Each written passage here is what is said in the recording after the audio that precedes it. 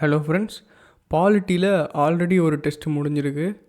அதோட இது வந்து டெஸ்ட் நம்பர் 1. இப்போ நம்ம பார்த்துட்ருக்கிறது செகண்ட் பார்ட் பாலிட்டியில். இதோட போர்ஷன்ஸ் வந்து இங்கே டிஸ்பிளே பண்ணுறோம்ல, இதுதான் போர்ஷன்ஸு. இந்த போர்ஷன்ஸ் அப்டேட்ஸு அப்புறம் வந்து நம்ம டெஸ்ட்டோட பிடிஎஃப்ஸ் இதெல்லாமே வந்து நம்ம டெலிகிராம் குரூப்பில் போட்டிருக்கோம், நீங்கள் ரெஃபர் பண்ணலாம். ஓகே, இப்போ இந்த டெஸ்ட்டுக்குள்ளே போயிடலாம். அதுக்கு முன்னாடி எப்பவும் போல் ஒரு திருக்குறளோட ஸ்டார்ட் பண்ணிடலாம். தொட்டனை தூறும் மணற்கேணி மாந்தர்க்கு கற்றனை தூறும் அறிவு, தோண்ட தோண்ட ஊற்று நீர் கிடைப்பது போல தொடர்ந்து படிக்க படிக்க அறிவு பெருகி கொண்டே இருக்கும். ஓகே, கொஷின்ஸ் போயிடலாம். Consider the following statements. The Constitution of India classifies the ministers into 4 ranks: Cabinet Minister, Minister of State with independent charge, Minister of State and Deputy Minister. இது வந்து கேபினெட்டே வந்து இப்படி போட்டிருக்கிறதா பிரிச்சிருக்கிறதா சொல்லியிருக்காங்க. பட் வந்து இது கேபினெட்டில் அப்படி பிரிக்கல. It is just a convention. கன்வென்ஷனலாக இதை வந்து ஃபாலோ பண்ணுறாங்க, கான்ஸ்டியூஷன் கிடையாது. ஓகேவா? அப்புறம் வந்து இந்த மாதிரி கான்ஸ்டியூஷன் ஆஃப் இந்தியா கிளாசிஃபைஸ், கான்ஸ்டியூஷனில் இப்படி சொல்லியிருக்காங்க, கான்ஸ்டியூஷனில் இது டிஃபைன் பண்ணியிருக்காங்கங்கிற மாதிரி நிறையா கொஷின்ஸ் வரும். அது வரும்போது கேர்ஃபுல்லாக இருக்கணும். கான்ஸ்டியூஷன் அன்லெஸ் அண்ட் அன்டில் ஸ்பெசிஃபைடாக அதை பற்றி பேசியிருந்தால் மட்டும்தான் அந்த ஸ்டேட்மெண்ட் நீங்கள் ரைட்டுன்னு போடணும். ஸோ இந்த டிவிஷன் கரெக்டு தானே அப்படின்னு சொல்லிட்டு இந்த ஸ்டேட்மெண்ட் ரைட்டுன்னு சொல்லிடக்கூடாது. இந்த டிவிஷன் வந்து கன்வென்ஷனாக தான் இருக்குது, கான்ஸ்டியூஷனில் இந்த மாதிரி கிளாசிஃபிகேஷன் இல்லை. ஓகேவா? இந்த இடத்துல கொஞ்சம் கேர்ஃபுல்லாக இருக்கணும். ஓகே, செகண்ட் ஸ்டேட்மெண்ட் போயிடலாம். The total number of ministers in the union government, including the PM, shall not exceed 15% of the total number of members in the Lok Sabha. இது கரெக்டு தாங்க, இது நீங்கள் படிச்சிருப்பீங்க.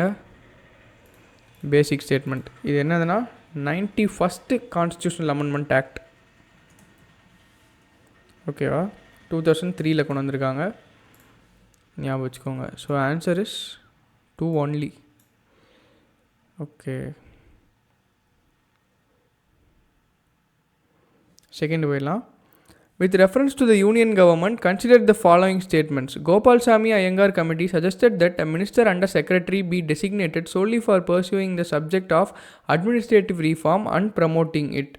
ஓகே, இந்த கமிட்டி வந்து இப்படி ஒரு ரெக்கமெண்டேஷனை வந்து கொடுக்கவே இல்லை. ஆக்சுவலாக இந்த கமிட்டி என்ன சொல்லியிருந்தாங்கன்னா வந்து குரூப்பிங் ஆஃப் மினிஸ்டர்ஸும் அப்புறம் வந்து கெப்பாசிட்டி ஆஃப் பர்சனல் இம்ப்ரூவ்மெண்ட் பண்ணோம் அப்படிங்கிறத மட்டும் தான் இந்த கமிட்டி சொல்லியிருந்தாங்க. இந்த மாதிரி minister and secretary be designated solely for pursuing administrative ரிஃபார்ம்னு சொல்லி இந்த கமிட்டி சொல்லலை. ஓகேவா? ஓகே, இது தெரிலனா இப்போ தெரிஞ்சுக்கோங்க. ஓகேவா? இது ஒன்றும் அந்த காலத்தில் எல்லாத்துக்குமே இது தெரிஞ்சிருக்கும்லாம் சொல்ல முடியாது. ஓகேவா? Second statement. In 1970, the Department of Personnel was constituted on the recommendation of the Administrative Reforms Commission 1966 and this was placed under the Prime Minister's charge. இது கரெக்டு தாங்க. ஓகேவா? இது வந்து டிபார்ட்மெண்ட் ஆஃப் பர்சனல் வந்து it was set up under cabinet secretariat. ஓகேவா? இது வந்து உங்களோட எக்ஸ்ட்ரா ஃபேக்ட், ஞாபகம் வச்சுக்கோங்க. இப்போ நான் சொல்கிற இந்த எக்ஸ்ட்ரா ஃபேக்ட்னு சொல்கிறதுலாம் நம்மளோட ஆன்சர் கீழே நம்ம ப்ரொவைட் பண்ணியிருக்கோம். Option B only. 3 போயிடலாம். At the national level, which ministry is the nodal agency to ensure effective implementation of the scheduled tribes and other traditional forest dwellers recognition of Forest Rights Act? இது ஒன்றுமே இல்லை, forest rights act 2006 நம்ம படிச்சிருப்போம்ல, அதுதான் இப்படி சொல்லி கேட்டிருக்காங்க. So இதுக்கு வந்து ஆன்சர் வந்து ministry of tribal affairs. Easy question தான் இது. நீங்கள் உடனே என்ன பண்ணணும், இந்த ஆக்டோட ப்ரொவிஷன்ஸை பார்த்துக்கணும். அதுக்கப்புறம் வந்து functions of ministry of tribal affairs, இதை வந்து நீங்கள் எக்ஸ்ட்ராவாக நீங்கள் இந்த போய் தேடி தெரிஞ்சுக்கணும். ஓகேவா? ஃபோர்த்து போயிடலாம். Consider the following statements. The chief secretary in a state is appointed by the governor of the state. Okay, அப்புறம் வந்து the chief secretary in a state has a fixed tenure. Okay, இது ரெண்டுமே தப்பு. ஓகேவா? So answer வந்து neither 1 nor 2. Chief செக்ரட்டரிக்கு வந்து fixed டென்யூர்லாம் கிடையாது. அதுக்கப்புறம் வந்து சீஃப் செக்ரட்டரியை வந்து சோசன் பை சீஃப் மினிஸ்டர் தான். ஸோ அவரை கவர்னர் வந்து அப்பாயிண்ட் பண்ணுவாங்க அப்படிங்கிறதெல்லாம் கிடையாது. ஓகேவா? சீஃப் செக்ரட்டரியை சூஸ் பண்ணுறது பவர் வந்து சிஎம்முக்கு தான் இருக்குது. ஸோ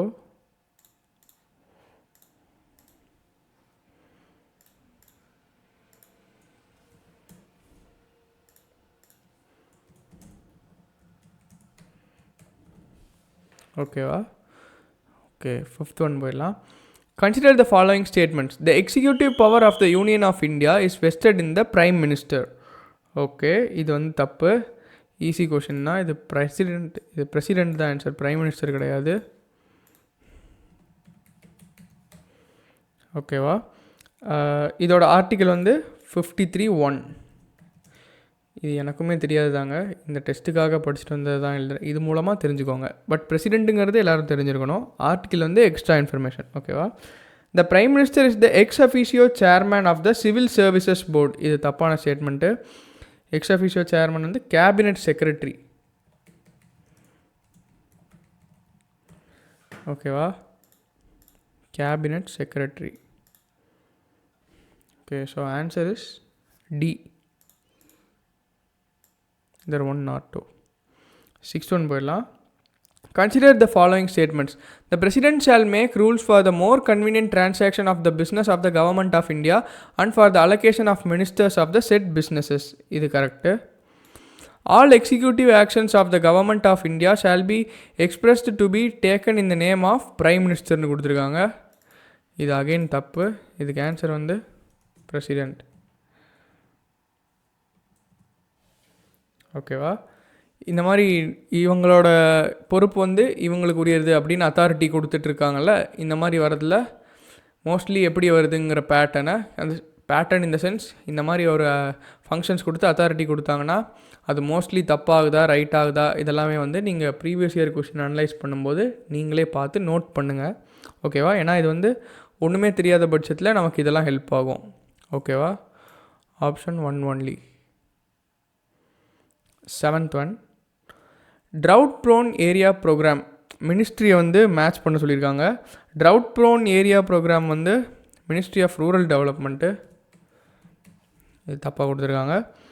டெசர்ட் டெவலப்மெண்ட் ப்ரோக்ராம் இது வந்து இதுவும் again ministry of rural development தான், தப்பாக கொடுத்துருக்காங்க.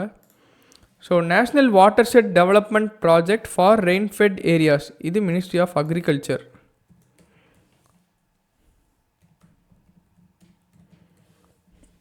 இது வந்து நிறைய பேருக்கு தெரிஞ்சிருக்கணும்னு அவசியம் இல்லை, பட் இப்போ தெரிஞ்சுக்கோங்க.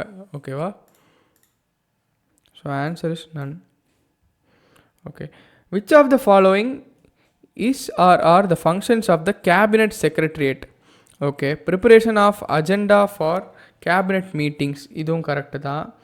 So next secretariat assistance to cabinet committees இதுவும் கரெக்டு தான். Allocation of financial resources to the ministries இது என்ன? Functions of cabinet secretariat. Cabinet secretariat வந்து மினிஸ்ட்ரிஸ்க்கு வந்து ஃபைனான்ஷியல் ரிசோர்ஸஸ் வந்து அலோகேட் பண்ணுவாங்க. இப்படி நம்ம எங்கேயாவது படிச்சிருக்கோமா? ஸோ இந்த ஸ்டேட்மெண்ட் வந்து தப்பாக இருக்குது. இதுக்கு வந்து மினிஸ்ட்ரி ஆஃப் ஃபைனான்ஸுக்கு கீழே இருக்கிற டிபார்ட்மெண்ட் ஆஃப் எக்ஸ்பெண்டிச்சர் இருக்காங்கள்ல, அவங்களுக்கு தான் இந்த வேலை. Allocation of financial resources to other ministries. ஓகேவா? So option is 1 and 2. Okay, 9th போயிடலாமா? Consider the following statements. The Council of Ministers in the Center shall be collectively responsible to the Parliament. இது வந்து அப்படியே பார்க்கும்போது இது correct மாதிரி தெரியும், but இது வந்து பார்லிமெண்ட் கிடையாது. collectively responsible to the Lok Sabha only. ஓகேவா? இதோட ஆர்டிக்கிள் வந்து ஆர்டிக்கிள் 75 clause 3. ஆர்டிக்கல் 75(3). ஆர்டிக்கல் வந்து உங்களுக்கு தெரியலனா பரவாயில்ல, பட் இந்த ஸ்டேட்மெண்ட் தெரிஞ்சிருக்கணும். லோக்சபாவுக்கு மட்டும்தான் அவங்க ரெஸ்பான்சிபிள். ஓகேவா? The union minister shall hold office during the pleasure of president of India. இது கரெக்டு தான். யூனியன் மினிஸ்டர்ஸ் வந்து during the pleasure of president தான். பட் வந்து பிரசிடென்ட் அவர் நினச்சதில் யாராவது ஒருத்தர் தூக்க முடியுமான்னு கேட்டால் முடியாது. பிரைம் மினிஸ்டரோட ரெக்கமெண்டேஷனால தான் தூக்க முடியும். பட் ஸ்டில் வந்து கான்ஸ்டியூஷன் என்ன போட்டிருப்பாங்கன்னா pleasure of the president of இந்தியான்னு தான் போட்டிருப்பாங்க. ஓகேவா? ஸோ இது ரைட் ஸ்டேட்மெண்ட் தான். Prime minister shall communicate to the president about the proposals for legislation. ஓகேவா? ஸோ இதுவுமே கரெக்ட் ஸ்டேட்மெண்ட் தான். பிரசிடென்ட்டு கம்யூனிகேட் பண்ணுவாங்க. இது வந்து ஆர்டிகிள் 78 வந்து இதை பற்றி சொல்லுது. பிரைம் மினிஸ்டரோட ஒன் ஆஃப் த டியூட்டி இது அப்படின்னு சொல்லிட்டு. ஓகேவா? ஸோ ஆப்ஷன் 2 and 3 இருக்கா? ஸோ ஓகே, இந்த ஃபஸ்ட்டு இது வந்து ஒரு கேர்லெஸ் மிஸ்டேக்கான ஸ்கோப் இருக்குது. ஸோ கொஷின் எப்படி கேர்ஃபுல்லாக படிக்கணுங்கிறதுக்கு இது ஒரு எக்ஸாம்பிள். ஓகேவா? 10th ஒன் போயிடலாம். The Prime Minister of India at the time of his or her appointment, okay, need not necessarily be a member of one house of the parliament but must become a member of one of the houses within 6 months. இது correct தான். Prime minister மட்டும் கிடையாது, any minister. இப்போ அவங்க வந்து ரெண்டு ஹவுஸ்லேயுமே, லோக்சபாலையும் அப்புறம் ராஜ்யசபாலையும், ரெண்டு ஹவுஸ்லேயுமே அவங்க மெம்பரே இல்லை அப்படின்னாலுமே வந்து நம்ம வெளியிலேருந்து ஒரு ஆளை கூப்பிட்டு வந்துட்டு அவரை மினிஸ்டராக ஆக்கலாம். ஆனால் என்ன கண்டிஷன்னா வந்து வித்தின் 6 months வந்து அவர் ரெண்டு ஹவுஸில் ஏதோ ஒரு ஹவுஸில் ஒரு மெம்பர் ஆகணும், through nomination or through election. அந்த மாதிரி இது வந்து ஒரு கண்டிஷனு. ஸோ அந்த மாதிரி பிரைம் மினிஸ்டர் கூட நம்ம அப்பாயிண்ட் பண்ணலான்னு சொல்கிறாங்க. ஸோ ஏ வந்து கரெக்டு தான், ஈஸி கொஷின் தான். 11th போயிடலாம். With reference to the union government, consider the following statements. The Constitution of India provides that all cabinet ministers shall be compulsorily sitting members of Lok Sabha only. இப்போ நம்ம போன இதுக்கு explanation சொல்லியிருந்தோம்ல, லோக்சபாலையும் ராஜ்யசபாவில் ரெண்டுத்துலேருந்து வேணாலும் minister வரலாம், ரெண்டுத்துலேயுமே மெம்பராக இல்லாதவங்க கூட மினிஸ்டராக வரலாம். பட் வந்து 6 months டைமுக்குள்ளே ஏதாவது ஒரு ஹவுஸில் மெம்பர் ஆகணும்னு பார்த்துருந்தோம். ஸோ இங்கே லோக்சபா ஒன்லின்னு கொடுத்துருக்காங்க. ஒன்லி நம்ம சொல்லுவோம்ல, காஷன் வேர்டு, அது வந்துகிட்டே இருக்குது, பார்த்துக்கோங்க. The Union Cabinet Secretariat operates under the direction of Ministry of Parliamentary Affairsன்னு சொல்லியிருக்காங்க. இது வந்து கரெக்டு மாதிரி தெரியும், கரெக்ட் இல்லை. இது வந்து பிரைம் மினிஸ்டரோட டைரக்ஷனில் தான் வேலை செய்வாங்க. ஓகேவா? So answer is D. 12th one போயிடலாம். Which one of the following constitutional amendment states that the total number of ministers, including the prime minister, okay, in the council of ministers shall not exceed 15% of the total number of members of the house of people? இப்போ தான் நம்ம பார்த்தோம்ல மேலே இது இருக்கிறது ஒரு கொஷினில். So இது வந்து 91st அமெண்ட்மெண்ட்டு 2003 வந்தது. ஓகே, பார்த்தீங்களா? இது வந்து ஒரு 2009 வந்த ப்ரீவியஸ் இயர் கொஷின். நம்ம மேலே பார்த்தது ரொம்ப ரீசெண்டாக வந்த ப்ரீவியஸ் இயர் கொஷின். ஸோ வந்து எப்படி ஒரு ப்ரீவியஸ் இயர் கொஷின் அனலைஸ் பண்ணால் இன்னொரு இடத்துல பெனிஃபிட் ஆகுதுங்கிறதுக்கு இது ஒரு எக்ஸாம்பிள். ஓகேவா? 13th போயிடலாம். With reference to the union government, consider the following statements. The ministers and departments of the government of India are created by the Prime Minister on the advice of Cabinet Secretary. Okay, அப்படிலாம் ஒன்று cabinet secretary advice பண்ணால் தான் prime minister வந்து புதுசாக ministry create பண்ண முடியும்னு சொல்கிறாங்க. So இது வந்து ரேஷ்னலாக திங்க் பண்ணால் இது தப்புங்கிற மாதிரி தெரியுது. Each of the ministers is assigned to each of the ministries is assigned to a minister by the President of India on the advice of Prime Minister. இது கரெக்டு. ஓகேவா? இது பேசிக் தான். இது ஆப்ஷன் 2. ஆக்சுவலாக வந்து இந்த கிரியேஷன் ஆஃப் மினிஸ்ட்ரிஸ் இருக்குல்ல, இது வந்து இந்த கேபினெட் செக்ரட்டரியோட அட்வைஸில் பிஎம் க்ரியேட் பண்ணுவாங்கன்னு சொல்லிட்டு இருக்காங்க. பட் இது வந்து எப்படின்னா வந்து பிரசிடெண்ட் தான் வந்து இந்த மாதிரி புது மினிஸ்ட்ரிஸை க்ரியேட் பண்ணுவார். இதோட ரூல்ஸ் வந்து பார்த்திங்கன்னா government of India allocation of business rules 1961, அதுக்கு கீழே பிரசிடெண்ட் தான் க்ரியேட் பண்ணுவார். ஓகேவா? இவங்க கொடுத்த ஸ்டேட்மெண்ட் தப்பு.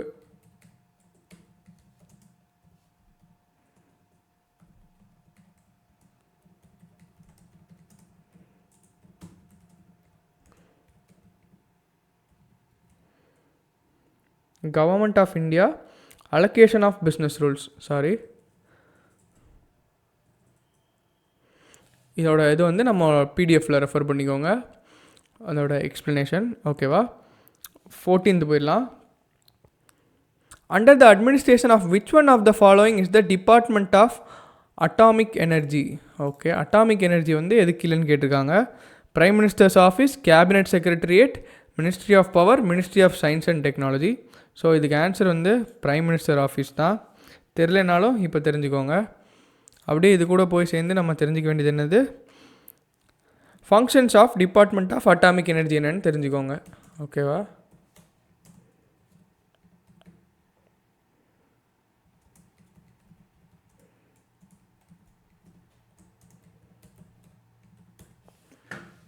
ஓகே, 15th போயிடலாம். If the election of the President of India is declared void by the Supreme Court of India, all acts done by him or her in the performance of duties of his or her office of President before the date of decision becomes invalid. அது தப்பான statement. இது வந்து அவங்க election nullify அப்படின்னு சொல்லாலுமே வந்து அவங்க அதுக்கு முன்னாடி செஞ்ச ஆக்ஷன்ஸ் எல்லாமே வேலிட் தான். ஓகேவா? Okay, election for the post of President of India can be postponed on the ground that some legislative assemblies have been dissolved and election are yet to take place. Okay, ஏதாவது ஒரு ஸ்டேட்டில் election நடக்க போது, இன்னும் வந்து assembly இல்லை அப்படிங்கிறதுக்காக president எலெக்ஷனை தள்ளி போட்டே வர முடியுமான்னு கேட்டால் அப்படிலாம் தள்ளி போட்டு வர முடியாது. பிரசிடென்ட் எலெக்ஷன் சொன்ன டேட்டில் ஃபிக்ஸ் ஆன இதில் நடந்து தான் தீரும், even if some of the state legislative assemblies are vacant. ஓகேவா? ஸோ இது வந்து பிரசிடென்ட் சாப்டரில் ஃபஸ்ட்டு பேஜ்லேயே இருக்கும். நீங்கள் ஒவ்வொரு லைன் பை லைனாக மைண்டில் ஏற்றிருந்தீங்கன்னா இந்த ஸ்டேட்மெண்ட் வந்து நீங்கள் பார்த்தோன்னே கண்டுபிடிச்சிருந்துருக்கலாம். ஓகேவா? Okay, when a bill is presented to the President of India, the Constitution prescribes time limits with which he or she has to declare his or her assent. Constitution prescribes அப்படின்னு வந்துருக்குது. கான்ஸ்டியூஷனில் டைம் லிமிட் இருக்கா அப்படின்னு கேட்டிருக்காங்க. Time limit வந்து கான்ஸ்டியூஷனில் இல்லை. ஓகேவா? So வந்து இப்போ நீங்கள் என்ன பார்க்கணும், இந்த இடத்துல வந்து வீட்டோ பவர்ஸ், இந்த தேர்ட் ஸ்டேட்மெண்ட் எதை பற்றி பேசுனா, பிரசிடெண்ட்டுக்கு வந்து வீட்டோ பவர்ஸ்னு இருக்கும். இந்தியன் பிரசிடெண்ட்டுக்கு 3 வீட்டோ பவர்ஸ் இருக்குது. அண்டர் ஆர்டிக்கிள் 111 அப்புறம் 201 இந்த ஆர்டிக்கிளும் நீங்கள் தெரிஞ்சிருக்கணும். அப்புறம் வந்து இந்த பிரசிடெண்ட்ஸோட வீட்டோ பவர்ஸ் என்னென்ன, கவர்னரோட வீட்டோ பவர்ஸ் என்னென்ன, இது எல்லாமே வந்து நீங்கள் இப்போ வந்து நீங்கள் தெரிஞ்சுக்கணும். ஓகேவா? ஸோ இந்த கொஷினில் நீங்கள் லேர்ன் பண்ண வேண்டியது இருக்குது. ஸோ ஆன்சர் என்ன, முன்னில் எதுவுமே கரெக்ட் இல்லை. So answer is none. Okay, 16th போயிடலாம். Consider the following statements in respect to election of President of India. Okay, the members nominated to either house of the parliament or the legislative assemblies of the states are also eligible to be included in the electoral college ன்னு சொல்லியிருக்காங்க. பிரசிடெண்ட்டோட electoral college பார்த்தீங்கன்னா state legislative அசம்பிளியோட elected members இருப்பாங்க, but வந்து nominated members இருக்க மாட்டாங்க. ஓகேவா? பட் இங்கே என்ன கொடுத்துருக்காங்க, nominated to either house of parliament or legislative அசம்பிளின்னு சொல்லியிருக்காங்க. Nominated members of any house, ஓகேவா, அவங்க வந்து they are not eligible for the electoral college in presidential election. ஓகேவா? ஸோ ஃபஸ்ட்டு ஸ்டேட்மெண்ட் வந்து தப்பு. So higher the number of elective assembly seats higher's the value of vote of each MLA of the state. இது வந்து தப்பு. ஆக்சுவலாக வந்து பார்த்தீங்கன்னா higher the number of elective assembly seats lower is the value of vote of each MLA of that state. இந்த இடத்துல நீங்கள் என்ன பார்க்கணும், how is vote of MLA and vote of MPs found அப்படின்னு சொல்லி பார்க்கணும். நியூமரேட்டரில் என்ன இருக்குது, டினாமினேட்டரில் என்ன இருக்குது, எம்பிஸோட வேல்யூவோட ஓட் என்னது, எம்எல்ஏஸ்க்கு என்னது, இது எல்லாமே இப்போ நீங்கள் தெரிஞ்சுக்கணும். இதை வந்து அண்டர்ஸ்டாண்ட் பண்ணுறதுக்கு கொஞ்சம் ஸ்ட்ரகிள் ஆகும். பட் ஸ்டில் ஏன் இதை நீங்கள் மெனக்கெட்டு தெரிஞ்சு வச்சுக்கணுன்னா, எல்லாமே ஒரு ஈஸியான ஃபேக்ட்டு, எல்லாருக்குமே தெரிஞ்ச ஒன்றை கேட்டால் எல்லாருமே ரைட் ஆகிடுவாங்கள்ல. So UPSC want to filter out someone. So தான் அவங்க வந்து எந்த இடத்துல கன்ஃபியூஷன் இருக்குது, எந்த இடத்துல வந்து ஆஸ்பிரன்ஸ் வந்து கொஞ்சம் ஸ்ட்ரகிள் பண்ணுறாங்கன்னு பார்த்து அந்த நியூஆன்சஸ்லாம் இருந்து கொஷின் எடுக்கிற மாதிரி ஒரு ஃபீல் இருக்குது எனக்கு. ஸோ வந்து இந்த மாதிரி எது உங்களுக்கு புரியல, ஸ்கிப் பண்ணலாம் அப்படின்னு தோணுதோ அதில் கொஞ்சம் டைம் ஸ்பெண்ட் பண்ணி படிங்க. ஓகேவா? Okay, the value of vote of each MLA of Madhya Pradesh is greater than that of Kerala. இப்போ நம்ம என்ன பார்த்துருந்தோம் மேலே ஸ்டேட்மெண்ட்டில், higher the number of elective assembly seats lower is the வேல்யூன்னு சொல்லியிருந்தோமா. இங்கே என்ன கொடுத்துருக்காங்க, மத்திய பிரதேசில் தான் வந்து எம்எல்ஏஸ் அதிகமாக இருப்பாங்க கேரளாவோட பேசிக் ஸ்டேட்மெண்ட்டு. ஸோ ஆட்டோமேட்டிக்காக பார்த்தீங்கன்னா கேரளாவோட எம்எல்ஏவோட வேல்யூ தான் வந்து அதிகமாக இருக்கும் ஓட்டிங் இதில். ஸோ இவங்க அப்படியே உல்ட்டாவாக கொடுத்துருக்காங்க. ஓகேவா? Okay, the value of vote of each MLA of Puducherry is higher than that of Arunachal Pradesh because the ratio of total population to total number of elective seats in Puducherry is greater as compared to Arunachal Pradesh. Okay வா? இங்கே second statement second part இன்னொரு தடவை பாருங்கள். Ratio of total population to total number of elective seats. Okay, total population 100னா total number of elective seats வந்து 10ன்னு இருக்குது. So வந்து it is greater compare to Arunachal Pradesh அப்படின்னு சொல்கிறாங்க. இப்போ நான் இந்த ஸ்டேட்மெண்ட்டை ரிப்பீட் பண்ணேன்னா உங்களுக்கு கன்ஃபியூஸ் ஆயிரும். ஓகேவா? இப்போ நீங்கள் இந்த வந்து இன்னொரு தடவை நீங்களே இந்த கொஷினை மட்டும் ரீவைண்ட் பண்ணி பாருங்கள். ஓகேவா? தேர்ட் ஸ்டேட்மெண்ட்டை நான் எக்ஸ்பிளைன் பண்ணிட்டேன்னா இது உங்களுக்கு புரிஞ்சிடும். தேர்ட் ஸ்டேட்மெண்ட்டில் வந்து ஏன் கேரளாவோட எம்எல்ஏவோட ஓட் வேல்யூ அதிகம்னு பார்த்தீங்கன்னா, because the ratio of total population to total number of elective seats இருக்குல்ல கேரளாவில், it is greater compared to Madhya Pradesh. அதனால தான் வந்து கேரளாவோட வேல்யூ எம்எல்ஏவோட ஓட்டோட வேல்யூ வந்து அதிகமாக இருக்குது. ஓகேவா? இப்போ இங்கே பார்த்தீங்கன்னா value of vote of each MLA of Puducherry is higher. இது வந்து கரெக்டு. ஏன்னா புதுச்சேரி யூனியன் டெரிட்டரி, அதை விட அதிகமான பாப்புலேஷன் வந்து அருணாச்சல் பிரதேஷில் இருக்காங்க.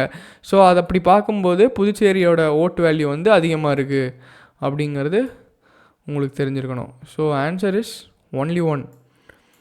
இந்த மாதிரி பேட்டர்னில் என்ன இதுனா பார்த்தீங்கன்னா, இந்த 4 ஸ்டேட்மெண்ட்ஸில் ஒரு கேண்டிடேட்டுக்கு வந்து ஏதாவது ஒன்று தான் ரைட்டு அப்படின்னு தெரிஞ்சிட்டாருன்னா ஒன்லி ஒன் போட்டு வந்திருப்பாரா. அவர் மனசில் வந்து செகண்ட் ஸ்டேட்மெண்ட் ரைட்டுன்னு கூட நினச்சிருக்கலாம், தேர்ட் ஸ்டேட்மெண்ட் ரைட்டுன்னு கூட நினச்சிருக்கலாம். அது மேட்ரு இல்லை. ஒன்லி ஒன் கரெக்டாக போட்டார்னா he has made the question ரைட்டுன்னு தான் அர்த்தம். ஸோ வந்து எப்படி வந்து ஒரு ஸ்டேட்மெண்ட் கரெக்டாக இருந்தால் இன்னொரு ஸ்டேட்மெண்ட் தப்பாக தான் இருக்கும் அப்படிங்கிறத வந்து இந்த 4 ஸ்டேட்மெண்ட்டை பார்த்து தெரிஞ்சு எலிமினேட் பண்ண கற்றுக்கோங்க. இந்த மாதிரி ஆப்ஷன்ஸ் இருக்கிற இடத்துல அது நமக்கு பெனிஃபிட்டாக இருக்கும். ஓகேவா? 17th போயிடலாம். Which one of the following suggested that governor should be an eminent person from outside the state and should be a detached figure without intense political links or should not have taken part in politics in the recent past? Okay, இதை சொன்னது வந்து Sarkaria commission. இது வந்து ஒரு easy question தான். Okay, இப்போ மீதி இருக்கிறதும் என்னன்னு நம்ம தெரிஞ்சுக்கலாம். ஓகேவா? ஃபஸ்ட் அட்மினிஸ்ட்ரேட்டிவ் ரீஃபார்ம்ஸ் கமிஷன், இது வந்து பார்த்திங்கன்னா இதோட சேர்மன் வந்து மொராஜி தேசாய். இந்த செகண்ட் இது வந்து ராஜமன்னார் கமிட்டி. இந்த 2 கமிட்டியுமே ஏ அண்ட் பி இது ரெண்டுமே எதுக்கு போட்டாங்கன்னு பார்த்தீங்கன்னா சென்டர் ஸ்டேட்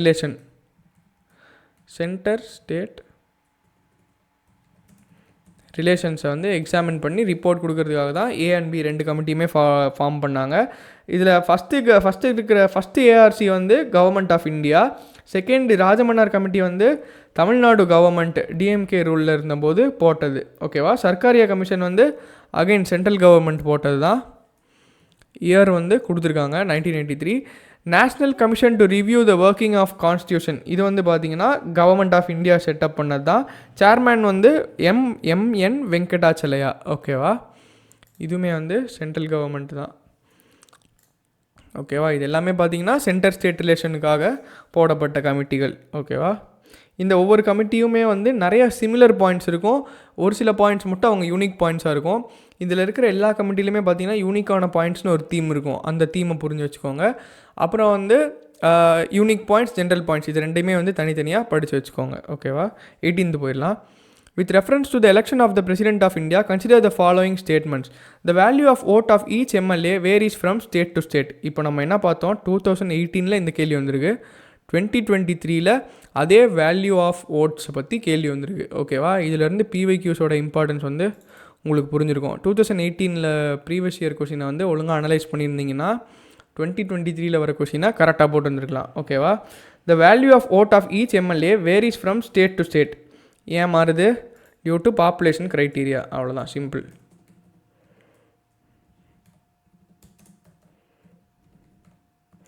ஓகேவா? Okay. The value of vote of MPs of Lok Sabha is more than the value of vote of MPs of Rajya Sabha. ஓகேவா? இது வந்து தப்பான ஸ்டேட்மெண்ட். ஏன்னா value of Lok Sabha எம்பியும் Rajya Sabha MP ரெண்டுமே சேம் தான். ஓகேவா? RS equal to LS value. ஓகேவா? இது வந்து தப்பான ஸ்டேட்மெண்ட். ஸோ ஃபஸ்ட்டு ஒன் வந்து correct. Okay, answer is only one. Okay, நம்ம அடுத்து போயிடலாம். No criminal proceedings shall be instituted against the governor of a state in any court during his terms of office. இது correct தான். அவர் ஆஃபீஸில் இருக்கும்போது அவர் அகேன்ஸ்டாக criminal case போடவே முடியாது. ஸோ இதோட ஆர்டிக்கல் வந்து 361 தெரிஞ்சுக்கோங்க. அப்புறம் வந்து the emoluments and allowances of the governor of the state shall not be diminished during the terms of his office. Okay, இது கரெக்டு தான். கவர்னருக்கு இதெல்லாம் வந்து பார்த்திங்கன்னா வந்து இது எல்லாமே வந்து சார்ஜ்டு எக்ஸ்பெண்டிச்சர் அப்படின்னு சொல்லுவாங்க. ஸோ இதை வந்து அவங்க இதுலேருந்து டிமினிஷ் பண்ணவே முடியாது அவங்க பீரியடில் ஆஃபீஸில் இருக்கும்போது. ஓகேவா? இது கூட சேர்ந்து நோ கிரிமினல் ப்ரொசீடிங்ஸ் என்ன சுச்சுவேஷன்லையுமே பண்ணவே முடியாது. சிவில் ப்ரொசீடிங்ஸ்க்கு பார்த்தீங்கன்னா ஒரு 2 months நோட்டீஸ் கொடுத்ததுக்கப்புறம் சிவில் லா சூட்ஸ் வந்து ஃபைல் பண்ணலாம். ஓகேவா? 2 months பீரியட் ஞாபகம் வச்சுக்கோங்க.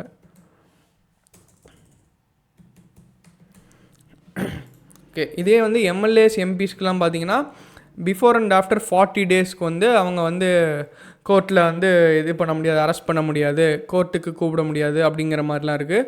அது 40 days, இதில் வந்து 2 months. இந்த டிஃப்ரென்ஸை வந்து நோட் பண்ணி வச்சுக்கோங்க. So answer is okay both. Okay, இது கரெக்டு தானே? இங்கே நோ தான் சொல்லியிருக்காங்க. இது கரெக்டு தான். த எம்எல்யூமெண்ட்ஸ் அண்ட் அலவன்சஸ் இதுவும் கரெக்டு தான். So both 1 and 2. ஓகேவா? ஸோ இந்த செகண்ட் ஸ்டேட்மெண்ட் என்ன சொல்லியிருக்காங்க, the emoluments and allowances of the governor of a state shall not be diminished. இதோட ஆர்டிக்கல் வந்து பார்த்தீங்கன்னா ஆர்டிக்கல் 158. இதெல்லாம் தெரிஞ்சிருக்கணும்னு அவசியம் இல்லை, பட் இப்போ தெரிஞ்சுக்கலாம். ஓகேவா?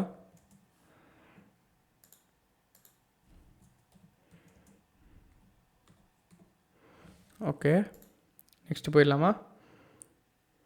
Discretionary powers given to the governor of the state. டிஸ்கிரிஷனரி பவர்ஸ்னாலே உங்களுக்கு ஞாபகம் வருது 163. இது தெரிஞ்சிருக்கணும் எல்லாத்துக்குமே, இது basic fact. Sending a report to the president of India for imposing president's rule. இது கரெக்டான ஸ்டேட்மெண்ட் தான். பிரசிடென்ட் ரூல் ஆர்டிக்கல் என்னது 356. பிரசிடென்ட் ரூலோட இதை வந்து கான்ஸ்டியூஷனல் எமர்ஜென்சி அப்படின்னு சொல்லுவாங்க. இது வந்து one of the emergency provisions தான். ஸோ இது கரெக்டு. அப்பாயிண்டிங் த மினிஸ்டர்ஸ், இது வந்து கவர்னரோட டிஸ்கிரிஷனரி பவர் கிடையாது. சிஎம் யார் சொல்கிறாரோ அவரை தான் வந்து அவர் மினிஸ்டராக போட முடியும். ஸோ இது வந்து டிஸ்கிரிஷனரி பவர் கிடையாது. வெறும் பவரான்னு கேட்டால் ஆமாம், பட் டிஸ்கிரிஷனரி பவர் கிடையாது. ஓகேவா? இது வந்து என்ன, அது article 164. Okay, reserving certain bills passed by the state legislature for the consideration of president of India. இது கரெக்டான ஸ்டேட்மெண்ட்டு. இது ஈஸி தான். கவர்னருக்கு முன்னாடி என்னென்ன ஆப்ஷன்ஸ் இருக்குது, பில்லு பாஸ் பண்ணிட்டாங்க, ஸ்டேட் கவர்மெண்ட் வந்து ஒரு பில் பாஸ் பண்ணி தராங்கன்னா கவர்னருக்கு முன்னாடி என்னென்ன ஆப்ஷன்ஸ் இருக்குதுன்னு பார்த்தீங்கன்னா 4 ஆப்ஷன்ஸ் இருக்குது. அந்த 4 ஆப்ஷன்ஸ் என்ன நீங்கள் உடனே பாருங்கள். அதில் ஒன்று தான் வந்து பிரசிடெண்ட்டுக்கு ரிசர்வ் பண்ணி வைக்கிறது. இது எப்போல்லாம் ரிசர்வ் பண்ணலாம் அப்படின்னு பார்த்தீங்கன்னா, ஏதாவது ஒரு ஹைகோர்ட் ஆர்டரை வைலேட் பண்ணுற மாதிரி ஸ்டேட் கவர்மெண்ட் ஒரு பில் பாஸ் பண்ணியிருக்காங்க அப்படின்னு சொல்லும்போது அதை வந்து பிரசிடெண்ட்டுக்கு அனுப்பலாம். அப்படி இல்லை அப்படின்னாலுமே சென்ட்ரல் கவர்மெண்ட்டோட ஏதாவது ஒரு லாவோட கிளாஷ் ஆகுது இது அப்படின்னு சொன்னால் அதுக்கும் வந்து பிரசிடெண்ட்டோட அசென்ட்டுக்காக அவர் அனுப்பலாம். இல்லை, இது எந்த க்ரைட்டீரியாவுமே இல்லைனாலுமே வந்து if he things that it is fit to be sent to president அப்படின்னு நினச்சாலுமே அவரை வந்து இதை வந்து அனுப்பலாம். ஸோ அதனால தான் வந்து இது டிஸ்கிரிஷனரி பவர் அப்படின்னு சொல்கிறோம். ஓகேவா? இப்போ 4th போயிடலாம். Making the rules to conduct the business of the state government. இது வந்து டிஸ்கிரிஷனரி கிடையாது. It is done on the advice of council of ministers. ஓகேவா? கொஸ்டின் வந்து டிஸ்கிரிஷனரின்னு கேட்டிருக்காங்க. ஸோ பவர் வந்தாலே வந்து கரெக்டு அப்படின்னு சொல்லி போட்டக்கூடாது. ஓகேவா? Advice of council of ministers. So not discretion. 4th இது. So answer is 1 and 3.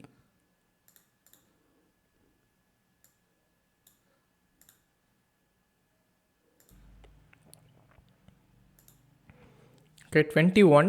Which one of the following statements is correct? In India, the same person cannot be appointed as governor for 2 or more states at the same time. இது வந்து தப்பான statement.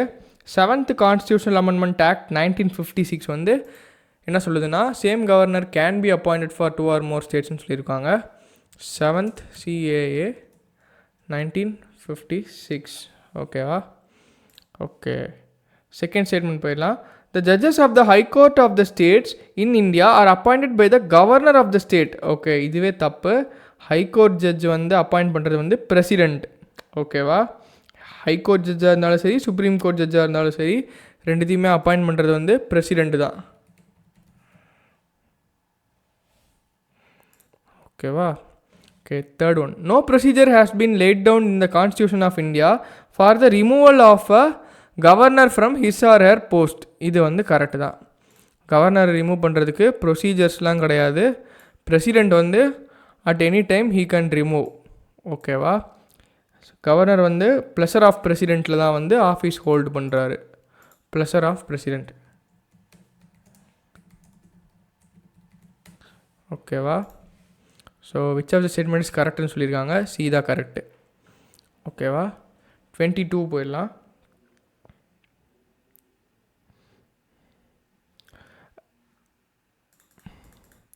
To the Constitution of India, it is the duty of President of India to cause to be laid before the Parliament which of the following.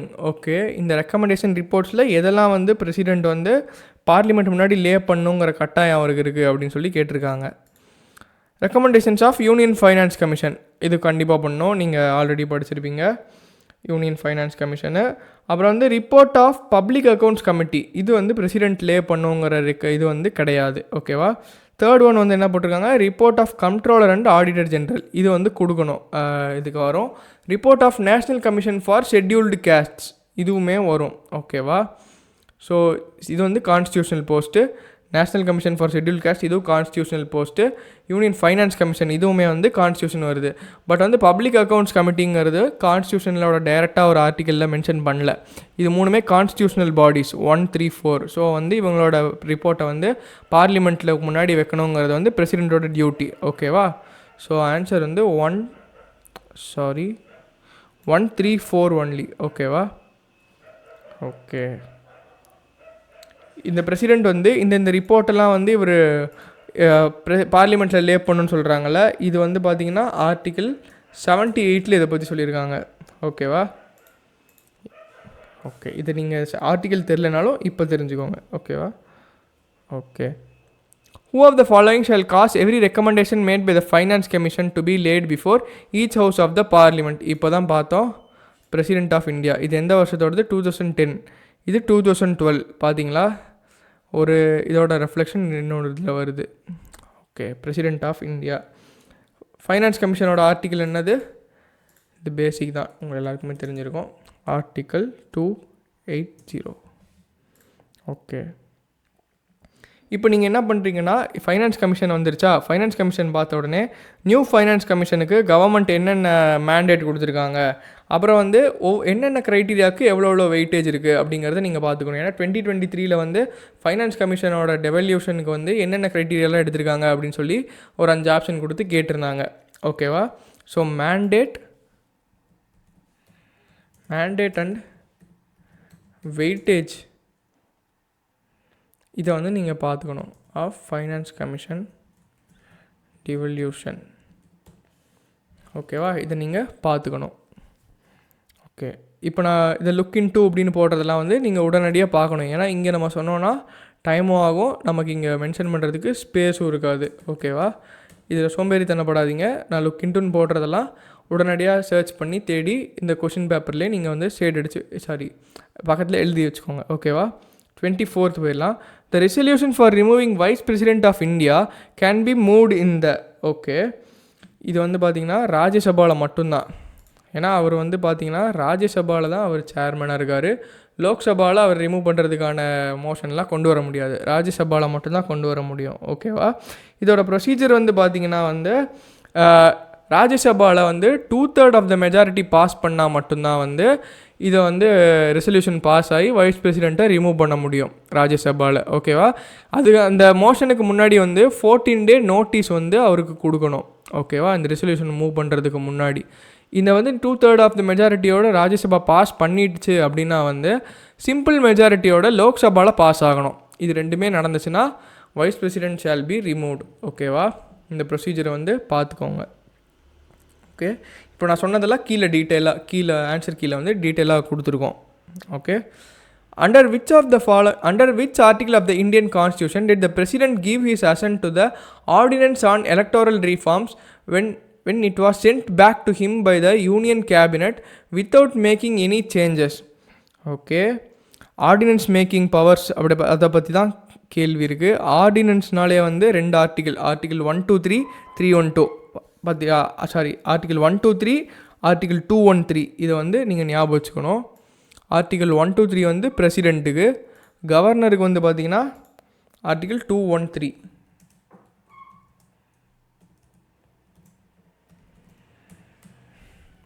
இப்போ நம்ம இந்த வீடியோவில் ஸ்டார்டிங்கில் ஒரு question பார்த்தோம்ல, ஆர்டிகிள் 111 அது என்னது ஞாபகம் இருக்கா உங்களுக்கு?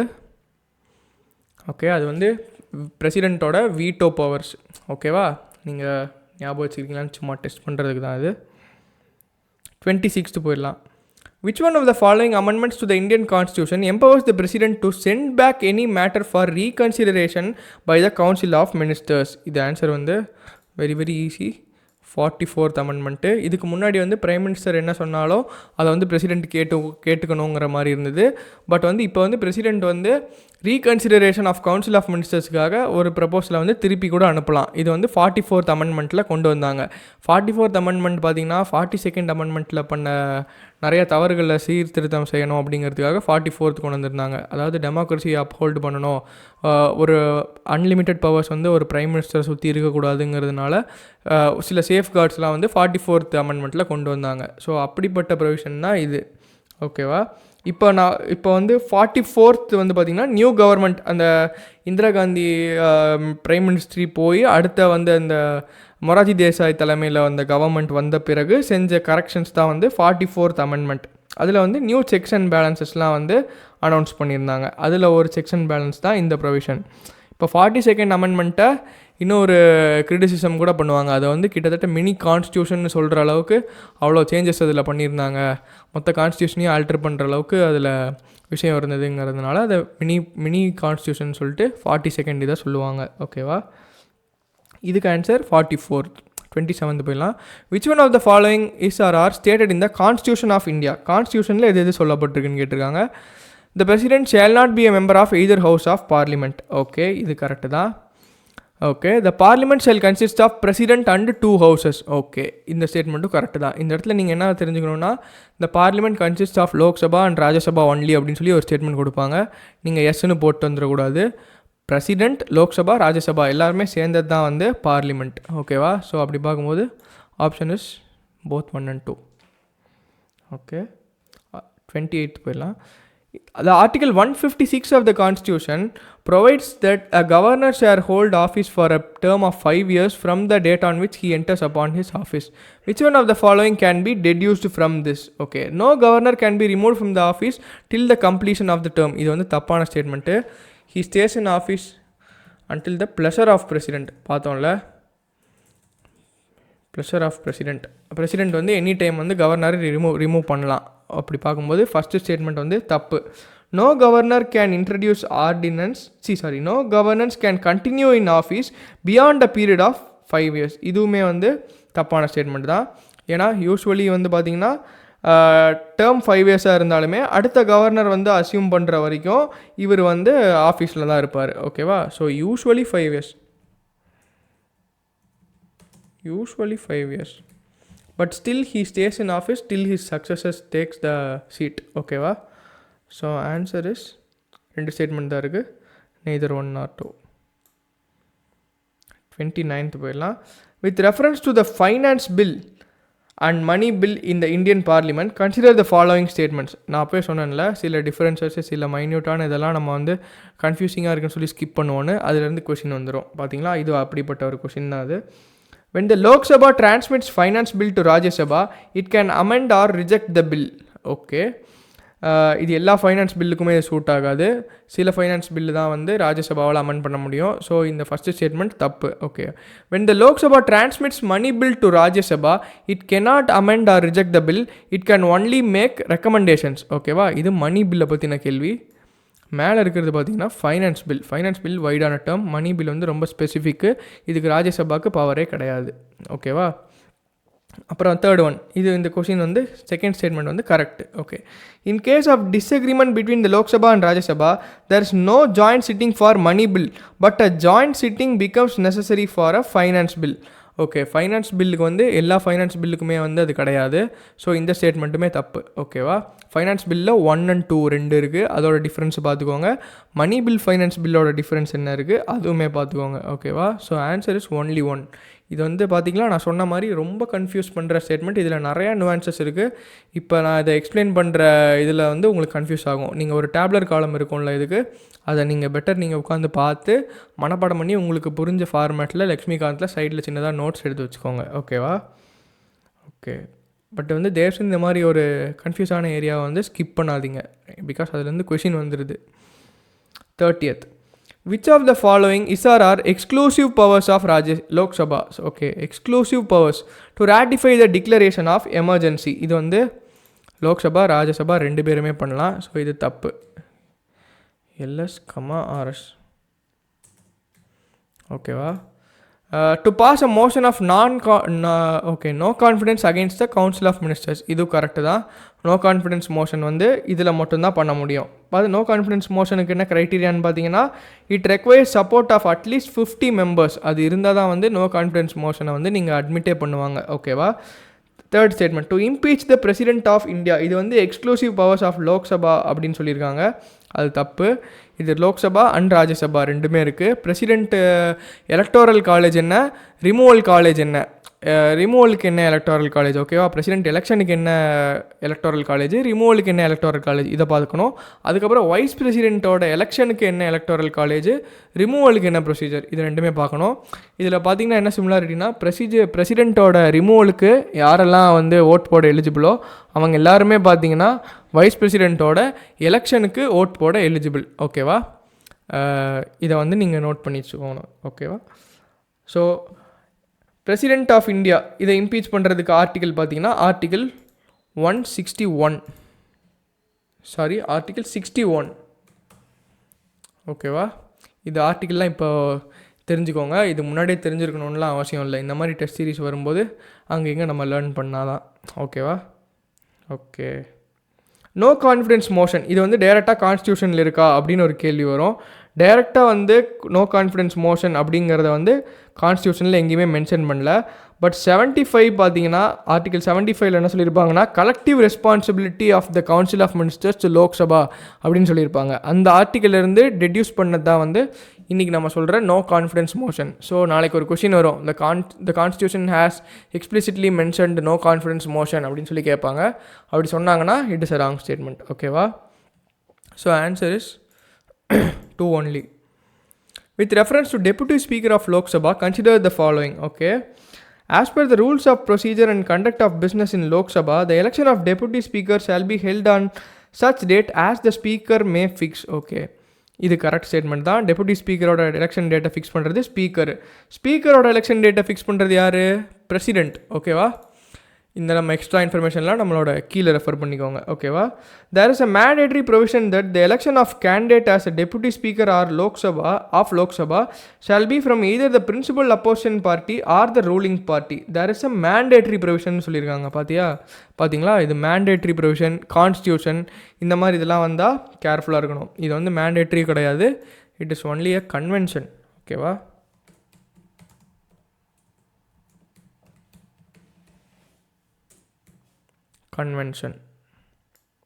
கன்வென்ஷன்னா ஒன்றும் இல்லை, காலங்காலமாக பை ப்ராக்டிஸ், ஓகேவா. There is no formal rules or a legal principle that is bound by, ஓகேவா. Third statement, the deputy speaker has the same power as of the speaker when presiding over the sitting of the house and no appeal lies against his rulings. இது correct தான், basic statement, okay. The well established parliamentary practice regarding the appointment of deputy speaker is that the motion is moved by the speaker and duly seconded by the prime minister. இந்த duly seconded by prime ministerலாம் இருக்குல்ல, இதெல்லாம் வந்து கான்ஸ்டியூஷனில் எங்கேயுமே அந்த மாதிரி ப்ரொவிஷன்லாம் கிடையாது. So வந்து இது தப்பு. ஸோ ஆன்சர் என்ன வரும், 1 and 3 only, ஓகே. 32 போயிடலாமா. With reference to the anti-defection law in India, consider the following. நம்ம இந்த ஸ்டேட்மெண்ட்ஸ் படிக்கிறதுலாம் போக ஆன்டி டிஃபெக்ஷன் லாவை பற்றி எப்போவுமே வந்து டிபேட்ஸ் இருந்துகிட்டே இருக்கும். ஸோ ஆன்டி டிஃபெக்ஷன் லாவோட ப்ரொவிஷன்ஸு டிபேட்ஸ் அரவுண்ட் இது எல்லாமே வந்து நீங்கள் இப்போ வந்து படிச்சுக்கணும் தேடி, ஓகேவா. First statement, the law specifies that a nominated legislator cannot join any political party within 6 months of being appointed to the house, ஓகேவா. இப்படி வந்து அப்படியே உல்ட்டாவாக சொல்லியிருக்காங்க. 6 monthsக்கு அப்புறம் அவர் ஜாயின் பண்ணார்னா அவர் டிஸ்குவாலிஃபை பண்ணிடுவாங்க, ஓகேவா. கொஷினில் வந்து உல்ட்டாவாக கொடுத்துருக்காங்க. ஸோ இது வந்து தப்பு. 6 மாதத்துக்குள்ளே வந்து he or she is free to join any political party, ஓகேவா. So first statement is wrong, okay. The law does not provide any time frame within which the presiding officer has to decide a defection case, okay. கொஷினில் என்ன சொல்லியிருக்காங்க, the law does not provide. Anti defection லா வந்து உண்மையிலே வந்து presiding ஆஃபீஸருக்கு வந்து ஒரு time லைனே கொடுக்கல, ஓகேவா. ஆன்டி டிஃபெக்ஷன் லா வந்து டிஃபெக்ஷன் வேறு, டிஸ்குவாலிஃபிகேஷன் வேறு. இதை முதல்ல நீங்கள் தெரிஞ்சுக்கணும். டிஃபெக்ஷன் கேஸஸை டிசைட் பண்ணுறது பார்த்தீங்கன்னா ப்ரிசைடிங் ஆஃபீஸர், அதாவது ஸ்பீக்கர், ஓகேவா. பட் வந்து டிஸ்குவாலிஃபிகேஷனை டிசைட் பண்ணுறது பார்த்தீங்கன்னா president with recommendation of election commission, okay. இந்த டிஃப்ரென்ஸை நீங்கள் முதல்ல தெரிஞ்சுக்கணும். அப்புறம் வந்து இந்த law does not provide any time frame சொல்லியிருக்காங்களா, இது கரெக்ட் தான். லா வந்து எந்த டைம் ஃப்ரேமும் கொடுக்கல. பட் இந்த ப்ரொவிஷனை நிறையா ஸ்பீக்கர்ஸ் வந்து மிஸ்யூஸ் பண்ணுறதுனால என்ன சொல்லியிருக்காங்கன்னா, கேஷம் மேகச்சந்திரா சிங் கேஸ் அப்படின்னு ஒன்று நடந்திருக்கு. அந்த கேஸில் வந்து ஒரு மினிமம் டைம் லிமிட் வந்து ஃபிக்ஸ் பண்ணியிருந்தாங்க, மேக்ஸிமம் டைம் லிமிட். இதுக்குள்ளே வந்து ஸ்பீக்கர் வந்து ஆன்டி டிஃபெக்ஷன் பெட்டிஷன்ஸை வந்து நீங்கள் வந்து அதுக்கு தீர்ப்பு சொல்லணும் அப்படிங்கிற மாதிரி சொல்லியிருப்பாங்க. ஸோ ஓகே, இப்போ நான் அதை டைப் படிச்சிடறேன், நீங்கள் உடனே போய் பார்த்துக்கோங்க. கேஷம் மேகச்சந்திரா சிங் கேஸ்.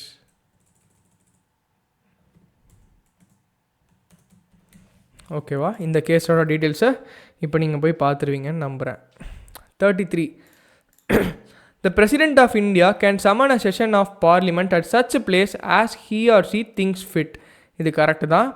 அப்புறம் வந்து the Constitution of India provides for 3 sessions of the Parliament in a year, but it is not mandatory to conduct all 3 sessions. ஓகேவா? இது 2 பார்ட் இருக்குது. ஃபஸ்ட்டு பார்ட் என்ன சொல்லியிருக்காங்க, the Constitution of India provides for 3 sessions சொல்லியிருக்காங்க. அது தப்பு. கான்ஸ்டியூஷனில் வந்து 3 sessions எப்பவுமே கான்ஸ்டியூஷனில் இந்த மாதிரி ஒரு செஷன்ஸை பற்றின பிரிவுகள் எதுவுமே இல்லை. ஓகேவா? But it is not mandatory to conduct all 3 session. இந்த செகண்ட் இது கரெக்டு. கான்ஸ்டியூஷனில் என்ன சொல்லியிருக்காங்கன்னா 6 மாதத்துக்கு மேலே ஹவுசஸ் வந்து லீவில் இருக்கக்கூடாது. 6 மாதத்துக்கு ஒரு தடவையாவது நீங்கள் ஒரு இது செஷன் வைக்கணுங்கிறது தான் கான்ஸ்டியூஷனில் சொல்லியிருக்கிறது. 3 செஷனுங்கிறதெல்லாம் அவங்க சொல்லவே இல்லை. ஓகேவா? ஸோ அப்படி பார்க்கும்போது செகண்ட் ஸ்டேட்மெண்ட் வந்து தப்பு. இந்த 3 செஷன்ஸ்லாம் இருக்குல்ல, அதெல்லாம் வந்து கான்ஸ்டியூஷன் கிடையாது, கன்வென்ஷன் தான். ஓகேவா? கன்வென்ஷன். ஓகே, பார்த்தீங்களா? அந்த கான்ஸ்டியூஷன் ஆஃப் இந்தியான்னு வரதெல்லாம் எந்த மாதிரி வருதுன்னு நீங்கள் அப்சர்வ் பண்ணிட்டே இருங்க. அப்புறம் 3 சீசன் என்ன, அது உங்களுக்கு தெரிஞ்சிருக்கும். Budget season, monsoon season, winter season. அதோட பீரியட்ஸ் எல்லாம் பார்த்தீங்கன்னா நம்மளோட இதில் ஆன்சர் கீழே நீங்கள் ரெஃபர் பண்ணிக்கலாம். Okay, there is no minimum number of days that the parliament is required to meet in a year. இது கரெக்ட் தான். நம்ம சொன்னோம்ல, கான்ஸ்டியூஷனில் வந்து minimum number of days, sessions இதெல்லாம் அவன் சொல்லவே இல்லை. 6 மாதத்துக்கு மேலே கேப் விடாதீங்க அப்படிங்கிறது தான் சொல்லியிருப்பாங்க 2 செஷனுக்கு நடுவில். ஓகேவா? ஸோ அப்படி பார்க்கும்போது answer is only 1 and 3. Okay, அடுத்த போயிடலாம். The Rajya Sabha has equal powers with Lok Sabha in. Okay, the matter of creating new all India services. இது வந்து only Rajya Sabha can do. So இந்த ஸ்டேட்மெண்ட் தப்பு. Only RS can do. இதோட ஆர்டிகிள் வந்து பார்த்தீங்கன்னா article 312, power of Rajya Sabha to create all India services, new all India services. ஓகேவா? Equal பவர்ஸுங்கிறதா question. ஓகேவா? அமெண்டிங் த கான்ஸ்டிடியூஷன், இது வந்து 2த்துக்குமே ஈக்குவல் பவர்ஸ் இருக்குது. ராஜ்யசபாவுமே வந்து ஒரு கான்ஸ்டியூஷன் அமெண்ட்மெண்ட் பில்லை கொண்டு வரலாம், லோக்சபாலையும் கொண்டு வரலாம். பட் ஸ்டேட் லெஜிஸ்லேச்சரில் கொண்டு வர முடியாது. ஓகேவா? த ரிமூவல் ஆஃப் கவர்மெண்ட், அதாவது நோ கான்ஃபிடன்ஸ் மோஷனை தான் இவங்க ரிமூவல் ஆஃப் கவர்மெண்ட்னு சொல்லியிருக்காங்க. அது என்ன சொல்லியிருக்கோம், இன்டெரக்டாக ஆர்டிகல் 75 இருக்குது அப்படின்னு சொல்லியிருப்போம். ஓகே, மேக்கிங் கட் மோஷன்ஸ் வந்து பார்த்தீங்கன்னா it is a tool used by members of Lok Sabha to reduce or oppose specific amounts in the demands for grant. ஓகேவா? இப்போ ஒரு ஸ்கீம் வந்து கவர்மெண்ட் இன்ட்ரடியூஸ் பண்ணுறாங்கன்னா அதுக்கு வந்து இவ்வளோ பட்ஜெட் அப்படின்னு ஒதுக்கியிருப்பாங்க. த மேக்கிங் கட் மோஷன்ஸ் வந்து பார்த்தீங்கன்னா இப்போ லோக்சபாவில் சில மெம்பர்ஸ் வந்து இவ்வளோ அமௌண்ட் இந்த ஸ்கீமுக்கு தேவையில்லை அப்படிங்கிற மாதிரி சொல்லியிருப்பாங்கள்ல, அப்போ வந்து அவங்க இன்ட்ரடியூஸ் பண்ணுற மோஷன் பேர் கட் மோஷன். ஓகேவா? ஸோ ஆன்சர் வந்து பி, அமெண்டிங் த கான்ஸ்டியூஷனுக்கு தான் வந்து 2த்துக்குமே ஈக்குவல் பவர்ஸ் இருக்குது. இந்த இடத்துல ஈக்குவல் பவர்ஸை ஸ்பெஷல் பவர்ஸ் அப்படின்னு நீங்கள் ஒரு குவிக்காக தெரிஞ்ச கேள்வி வந்துருச்சுங்கிற ஒரு சின்ன ஜாயில் வந்து நீங்கள் வேகமாக படிச்சிட்டிங்கன்னா நீங்கள் ஏ போட்டு வந்துருப்பீங்க, தப்பாயிருக்கும். ஓகேவா? 35 போயிடலாம். With reference to funds under MPLADS scheme. Okay, இது வந்து கொஞ்சம் வருஷம் முன்னாடி நியூஸில் இருந்துகிட்டே இருந்தது. ஸோ இது எப்போ வேணால் கேட்கலாம், it is still relevant. So இதை நீங்கள் தெரிஞ்சிருக்கணும். Which of the following statements are correct? MPLADS funds must be used to create durable assets like physical infrastructure for health, education etcetera. இது என்னென்னா பார்த்தீங்கன்னா ஒரு வருஷத்துக்கு 5 கோடி அப்படிங்கிற மாதிரி ஒவ்வொரு எம்பிஸுக்குமே, லோக்சபா எம்பி, ராஜ்யசபா எம்பி எல்லாத்துக்குமே வந்து இந்த மாதிரி கொடுப்பாங்க. எதுக்கு கொடுப்பாங்கன்னு பார்த்தீங்கன்னா அவங்க தொகுதியில் அவங்க கான்ஸ்டியூன்சியில் இந்த மாதிரி ஃபிசிக்கல் அசெட்ஸ், சோஷியல் செக்டாரில் அதுக்கு சம்மந்தப்பட்ட ஃபிசிக்கலான அசெட்ஸ், ஃபார் எக்ஸாம்பிள் ஸ்கூல்ஸ் கட்டுறது, ஹாஸ்பிட்டல்ஸ் கட்டுறது, ரோட்ஸ் போடுறது, இந்த மாதிரி இதுக்கெல்லாம் அவங்க ஃபண்ட் பண்ணலாம் அப்படிங்கிறதுக்காக ஒவ்வொரு எம்பிஸ்க்குமே கொடுத்தப்பட்ட ஃபண்டு தான் வந்து இந்த MPLADS ஃபண்ட்ஸ். ஓகேவா? இதோட அத்தாரிட்டி வந்து பார்த்திங்கன்னா இதை வந்து டிஸ்ட்ரிக்ட் கலெக்டர் இருக்காங்கள்ல, அவரோட அத்தாரிட்டி கீழே தான் இந்த ப்ராஜெக்ட்லாம் செயல்படும். ஓகேவா? ஸோ அப்படி பார்க்கும்போது ஃபஸ்ட்டு ஸ்டேட்மெண்ட் வந்து பார்த்தீங்கன்னா durable assets like physical infrastructure, இது correct. A specified portion of each MPs fund must benefit SC or ST population, இது கரெக்ட் தான். இது வந்து பேசிக் ஃபேக்ட், இதை நீங்கள் படிச்சிருப்பீங்க. அப்புறம் வந்து MPLADS ஃபண்ட்ஸ் ஆர் சாங்ஷன் ஆன yearly basis and unused fund cannot be carried ஃபார்வர்டுன்னு கொடுத்துருக்காங்க. இது வந்து தப்பு. ஸோ ஒரு இயரில் வந்து ஒரு எம்பி 5 கோடி யூஸ் பண்ணல அப்படின்னா வந்து அவர் அடுத்த வருஷம் வந்து அதை கேரி பண்ணி 10 கோடியாக வச்சு ஒரு ப்ராஜெக்ட் கூட செய்யலாம். ஓகேவா, நெக்ஸ்ட் இயர் கொண்டு போகலாம். இங்கே கொண்டு போக முடியாதுன்னு சொல்லியிருக்காங்க, அது தப்பு. The district authority must inspect at least 10% of all works under implementation every year. இது வந்து கரெக்டு தான். ஓகேவா, இந்த ஸ்கீமை பற்றின ஒரு லிங்க்கை வந்து நம்மளோட ஆன்சர் கீழே இங்கே போடுறோம், அதை நீங்கள் பார்த்துக்கோங்க. இதை பற்றி டீட்டெயிலாக தெரிஞ்சு வச்சுக்கிறது நல்லது. ஸோ அதுக்காக தான். ஸோ ஆன்சர் இஸ் 1, 2 and 4 இருக்கா? ஓகே, இருக்குது. 36 போயிடலாம். Consider the following statements. The Parliament Prevention of Disqualification Act 1959 exempts several posts from disqualification on the grounds of Office of Profit. இது வந்து கரெக்டு தான். ஆஃபீஸ் ஆஃப் ப்ராஃபிட்னா பார்த்தீங்கன்னா ஒரு ஆஃபீஸை ஹோல்ட் பண்ணுறாரு, அது மூலமாக அவருக்கு சப்ஸ்டன்ஷியல் இன்ட்ரெஸ்ட் வருது, ஒரு லாபம் இருக்குது, கணக்கு இருக்குது, வருமானம் வருது அப்படின்னா வந்து அது ஆஃபீஸ் ஆஃப் ப்ராஃபிட் அப்படின்னு சொல்லுவாங்க. இது வந்து பார்த்திங்கன்னா இந்த ஆக்ட் வந்து both central government level, state government level ரெண்டுத்துலேயுமே அப்ளிகபிள். ஓகேவா, the above mentioned act was amended 5 times அப்படின்னு சொல்லியிருக்காங்க. இதுவும் கரெக்டு தான்.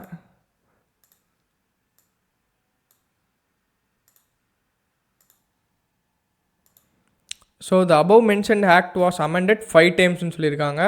இந்த ஆக்ட் வந்து இப்போது நிறையா அமெண்ட்மெண்ட்ஸ் நிறையா வந்துருச்சு. பட் 2019 அப்போ பார்த்தீங்கன்னா இப்போது அந்த ஸ்டேட்மெண்ட் வந்து கரெக்டு தான். ஓகே, இப்போ வந்து செவரல் அமெண்ட்மெண்ட்ஸ் நடந்துருச்சு, அதை மட்டும் ஞாபகம் வச்சுக்கோங்க. The term office of profit is well defined in the constitution of India. நான் சொன்னேன்ல, கான்ஸ்டியூஷன் வந்துகிட்டே இருக்குது, வெல் டிஃபைன்டு. அதான் பண்ணலையே, அதனால தானே நீங்கள் கேள்வியாக கேட்குறீங்க அப்படிங்கிற மாதிரி இருக்குது. ஸோ ஆர்டிக்கிள், இந்த ஆஃபீஸ் ஆஃப் ப்ராஃபிட்டை பற்றி நிறைய ஆர்டிகிள்ஸ் வந்து மென்ஷன் பண்ணியிருக்கு, பட் எதுவுமே வந்து டிஃபைன் பண்ணலை. அந்த ஆர்டிகிள்ஸ்லாம் 101, 191 இதெல்லாம் பார்த்தீங்கன்னா இந்த ஆஃபீஸ் ஆஃப் ப்ராஃபிட்டை மென்ஷன் பண்ணுது, பட் வந்து நாட் டிஃபைன்ட். ஓகேவா, ஓகே. ஸோ இதுக்கு ஆன்சர் என்னவாக இருக்கும்? 1 and 2. ஓகே, 37th போயிடலாம். With reference to the Legislative Assembly of a state in India, consider the following statements. The governor makes a customary address to the members of House at the commencement of the first session of the year. இது correct statement தான். First session of every year, அது மட்டும் இல்லை after each general elections அப்போயுமே வந்து பார்த்திங்கன்னா when new government forms அப்போ வந்து கவர்னர் வந்து ஸ்பீச் கொடுப்பார். ஓகேவா, இதோட ஆர்டிக்கல் வந்து ஆர்டிக்கல் 176 1 இது ஞாபகம் வச்சுக்கோங்க. இது கரெக்டான statement. Commencement of first session மட்டும் கொடுத்துருக்காங்க. ஃபஸ்ட்டு செஷன் மட்டும் இல்லை, after new government forms. Okay, after first session of the year, commencement of first session இது ஒன்று, after new government forms. Okay, second, when a state legislature does not have a rule on a particular matter, it follows the Lok Sabha rule on that matter. இது correct தான். ரூல்ஸே இந்த இடத்துல இல்லாத போது லோக் சபா ரூல்ஸை follow பண்ணுவாங்க. இது வந்து கரெக்டு தான். So answer is both 1 and 2. 38. In India, which of the following review the independent regulators in sectors like telecommunications, insurance, electricity? Okay, இப்போ நம்ம ஆப்ஷன்ஸை சும்மா படிங்க, இது யாருக்குமே தெரிஞ்சிருக்காதுன்னே வைங்க. இந்த கொஷின் எப்படி வந்து காமன் சென்ஸ் யூஸ் பண்ணி சால்வ் பண்ணலாம். Ad hoc committee set up by the parliament. Ad hoc கமிட்டினா பார்த்தீங்கன்னா ஸ்பெஷல் பர்பஸ். யூஸ்வலாக அப்படி ஒரு கமிட்டி இருக்காது, ஸ்பெஷல் பர்பஸ்க்காக செட் பண்ணுறாங்கன்னு வைங்க. அவங்களால வந்து இந்த மாதிரி ரெகுலேட்டர்ஸை வந்து ரிவ்யூ கொடுக்க முடியுமா? கொடுக்க முடியும். ஓகேவா, A. Second one, parliamentary department related standing committee. இப்போ ஃபைனான்ஸ்னு ஒரு கமிட்டி இருக்குன்னு வைங்களேன், சப்போஸ் ரெவென்யூ அந்த மாதிரி ஒரு கமிட்டி வைக்கிறாங்கன்னு வைங்களேன், அவங்க வந்து இன்சூரன்ஸை பற்றி பேசுவாங்கள்ல கண்டிப்பாக. ஸோ வந்து parliamentary department related standing committees இவங்களுமே பேசலாம். இதில் மொத்தம் 24 டிபார்ட்மெண்ட் ரிலேட்டட் ஸ்டாண்டிங் கமிட்டிஸ் இருக்குது. ஓகேவா, okay. Next one, finance commission. Finance commission வந்து இந்த மாதிரி இண்டிபெண்டன்ட் ரெகுலேட்டர்ஸை பற்றி ரிவ்யூ பண்ணுற மாதிரி ஏதாச்சும் கேள்விப்பட்டிருக்கீங்களா இது வரைக்கும்? இல்லை. ஸோ அவங்க பண்ண மாட்டாங்க. அதை மீறி எக்ஸ்ட்ரா திங்கிங் பண்ணி ஒரு வேளை பண்ணுவாங்களோ அப்படி அந்த திங்கிங்லாம் வேணாம். ஃபைனான்ஸ் கமிஷனோட ஃபங்க்ஷன்ஸ் என்ன, எல்லா பேசிக்ஸும் நீங்கள் படிச்சிருப்பீங்க. அதுபடி பார்க்கும்போது வராதா?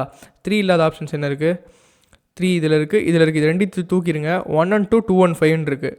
நம்ம 1 and 2 ஆல்ரெடி போட்டோம், அவ்வளோதான். நீத்தி ஆயோக் வந்து பார்த்திங்கன்னா என்ன அது வந்து அதோட ரோல் வந்து அட்வைசரி பாடி தான், அது எதுவுமே இம்ப்ளிமெண்ட் பண்ண போகிறதில்ல டைரெக்டாக. நித்தி ஆயோக் வந்து always advisory in nature, advisory பாடி.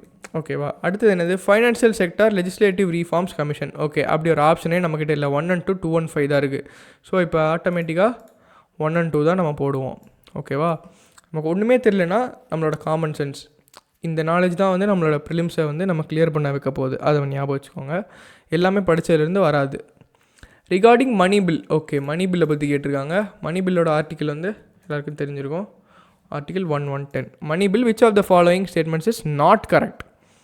கொஷின்ஸை வந்து சம்டைம்ஸ் நாட் ஹைலைட் பண்ணியிருப்பாங்க, சம்டைம்ஸ் பண்ண மாட்டாங்க, நீங்கள் தான் பார்த்துக்கணும். ஓகேவா. நாட் கரெக்ட் கேட்டிருக்காங்க. ஓகேவா.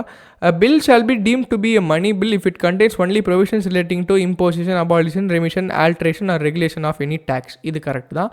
மணி bill has provisions for the custody of consolidated fund of India or contingency fund of India. இது கரெக்டு தான். Money bill is concerned with appropriation of money out of contingency fund of India. இது தப்பு. Appropriation of Mani's out ஆஃப்னு வந்துச்சுன்னா இது நம்ம எப்போ பார்ப்போம், budget pass பண்ணும்போது அப்ராப்ரியேஷன் பில் பாஸ் பண்ணுவாங்கள்ல, அந்த பில் பாஸ் பண்ணால் தான் கவர்மெண்ட்டுக்கு வந்து மணி ஃப்ளோவே இருக்கும். அந்த பில் மூலமாக தான் டிமாண்ட் ஃபார் கிராண்ட்ஸ் அப்படிங்கிறத சப்மிட் பண்ணிவிட்டு அப்ராப்ரியேஷன் பில் பாஸ் ஆனால் தான் கவர்மெண்ட் வந்து பட்ஜெட்டில் காட்டுற பணமெல்லாம் வெளியில் எடுக்க முடியும். ஸோ அது எங்கேருந்து எடுப்பாங்க, கன்சாலிடேட்டட் ஃபண்ட். ஓகேவா. கண்டின்ஜென்சின்னு கொடுத்துருக்காங்க. கண்டின்ஜென்சி ஃபண்ட் ஆஃப் இந்தியா பார்த்தீங்கன்னா இது பிரசிடென்ட்ஸோட ஹேண்ட்ஸில் to meet some unexpected situation, அதான் கண்டின்ஜென்சி ஃபண்டுன்னு சொல்கிறாங்க. கண்டின்ஜென்சினா என்னது, சம் எமர்ஜென்சி சுச்சுவேஷன். ஓகேவா. அதுக்கு தான் வந்து contingency fund of India. Appropriation வந்துச்சுன்னா கன்சாலிடேட்டட் ஃபண்ட் ஆஃப் இந்தியா தான் வரும். ஓகேவா. ஸோ இந்த இடத்துல நீங்கள் என்ன பார்க்கணும், நம்ம ஆல்ரெடி சொல்லியிருந்தோம்ல, மணி பில், ஃபைனான்ஸ் பில் 1, 2 இதுக்குள்ள டிஃப்ரென்ஸ் எல்லாமே நீங்கள் பார்த்துக்கோங்க. ஸோ இதுக்கு ஆன்சர் வந்தது நாட் கரெக்ட் கேட்டிருக்காங்க. நாட் கரெக்ட் வந்து C. So there is no doubt. 40 போயிடலாம். Consider the following statements. Okay. இந்த first Lok Sabha the single largest party in opposition was the Swatantra party. இது வந்து தப்பான ஸ்டேட்மெண்ட்டுங்க. இது அந்த காலமில் கொடுத்துருப்பாங்க, டேப்லர் காலமில் 1951 எலெக்ஷன்ஸுக்கு அப்புறம் எந்தெந்த பார்ட்டி எவ்வளோ வாங்கியிருக்காங்க அப்படின்னு சொல்லியிருப்பாங்க. சிபிஐ இருக்குல்ல, கம்யூனிஸ்ட் பார்ட்டி ஆஃப் இந்தியா, அவங்க தான் வந்து செகண்ட் லார்ஜஸ்ட் பார்ட்டி. அவங்க வந்து பார்த்திங்கன்னா 16 சீட்ஸ். இவங்க தான் வந்து single largest party in the opposition. ஓகேவா. ஓகே. Second statement. இந்த Lok Sabha leader of opposition was recognised for the first time in 1969. இது கரெக்டு தான். ஓகேவா. இது ரிலேட்டடாக ஒரு எக்ஸ்ட்ரா இன்ஃபர்மேஷன் பார்த்தீங்கன்னா, லீடர் ஆஃப் அப்போசிஷன் யாரை போடுவாங்க, 1/10 ஆஃப் த டோட்டல் மெம்பர்ஸ். இப்போ 550 மெம்பர்ஸ் இருக்காங்கன்னா 55 சீட்ஸாவது அந்த பார்ட்டி வச்சுருந்ததுன்னா அந்த பார்ட்டியோட லீடரை தான் அப்போசிஷன் லீடர்னு சொல்லிட்டு ரெக்கக்னைஸ் பண்ணுவாங்க. இந்த ரெக்கக்னிஷன் வந்து பார்த்திங்கன்னா ஸ்டாட்டுட்டரி ரெக்கக்னிஷனாகவும் மாறுச்சு.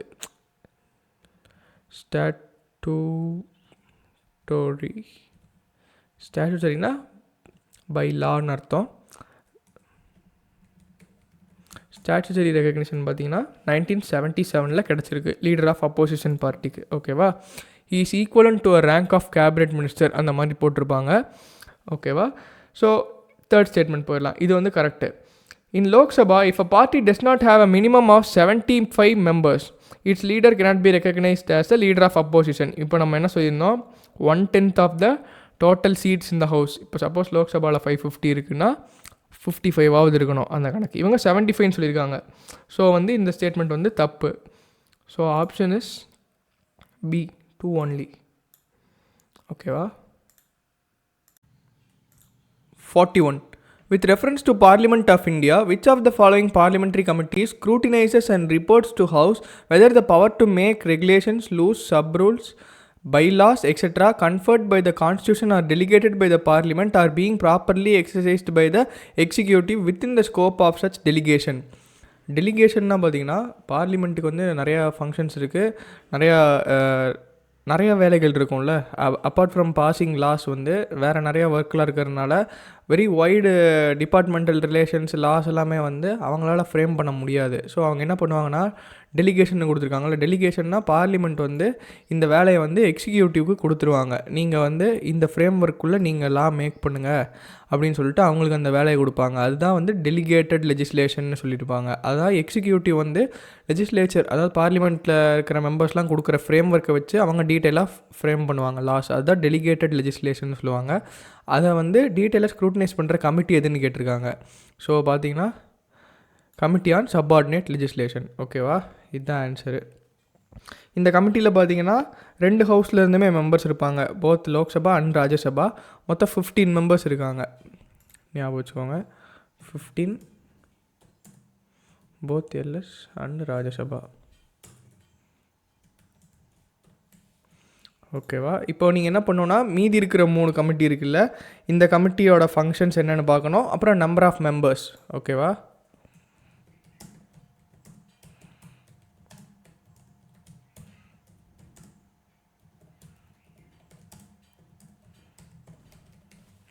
ஓகேவா, நீங்கள் இப்போ உடனே போய் இதை அடித்து பார்த்துக்கோங்க. ஓகேவா, 42 போயிடலாம். Consider the following statements. The Speaker of the Legislative Assembly shall vacate his or her office if he ceases to be a member of the Assembly. இது கரெக்டான ஸ்டேட்மெண்ட்டு. ஓகே, அடுத்தது போயிடலாம். Whenever Legislative Assembly is dissolved, the Speaker shall vacate his or her office immediately. இது வந்து தப்பான ஸ்டேட்மெண்ட்டுங்க. ஏன்னா வந்து அடுத்த லெஜிஸ்லேட்டிவ் அசம்பிளி வந்து சந்திக்கும் போதுமே இந்த ஸ்பீக்கர் வந்து ஆஃபீஸில் தான் இருப்பார். அதுக்கப்புறம் தான் வந்து அவர் வந்து ஆஃபீஸ்லேருந்து ரிசைன் பண்ணுவார். ஓகேவா, ஸோ இது வந்து லெஜிஸ்லேட்டிவ் அசம்பிளி டிசால்வ் ஆன உடனே ஸ்பீக்கர் ஷால் வொக்கேட் ஹிஸ் ஆஃபீஸ் இமீடியட்லின்னு கொடுத்துருக்காங்க. இமீடியட்லி கிடையாது, அடுத்த அசம்பிளி மீட் பண்ணுற நியூ அசம்பிளி ஃபார்ம் ஆகி அடுத்த ஸ்பீக்கர் எலெக்ட் ஆகிற வரைக்கும் இவர் வந்து அவர் ஆஃபீஸை வெக்கேட் பண்ண மாட்டார். ஓகேவா, இது பேசிக் ஸ்டேட்மெண்ட் தான், நீங்கள் படிச்சிருக்கணும். ஓகே, 43 போயிடலாம். With reference to the Parliament of India, consider the following statements. A private member's bill is a bill presented by a minister of parliament who is not elected but only nominated by the President of India அப்படின்னு கொடுத்துருக்காங்க. இது வந்து தப்பு. Private மெம்பர்னால் யாருன்னா, any member who is not a minister.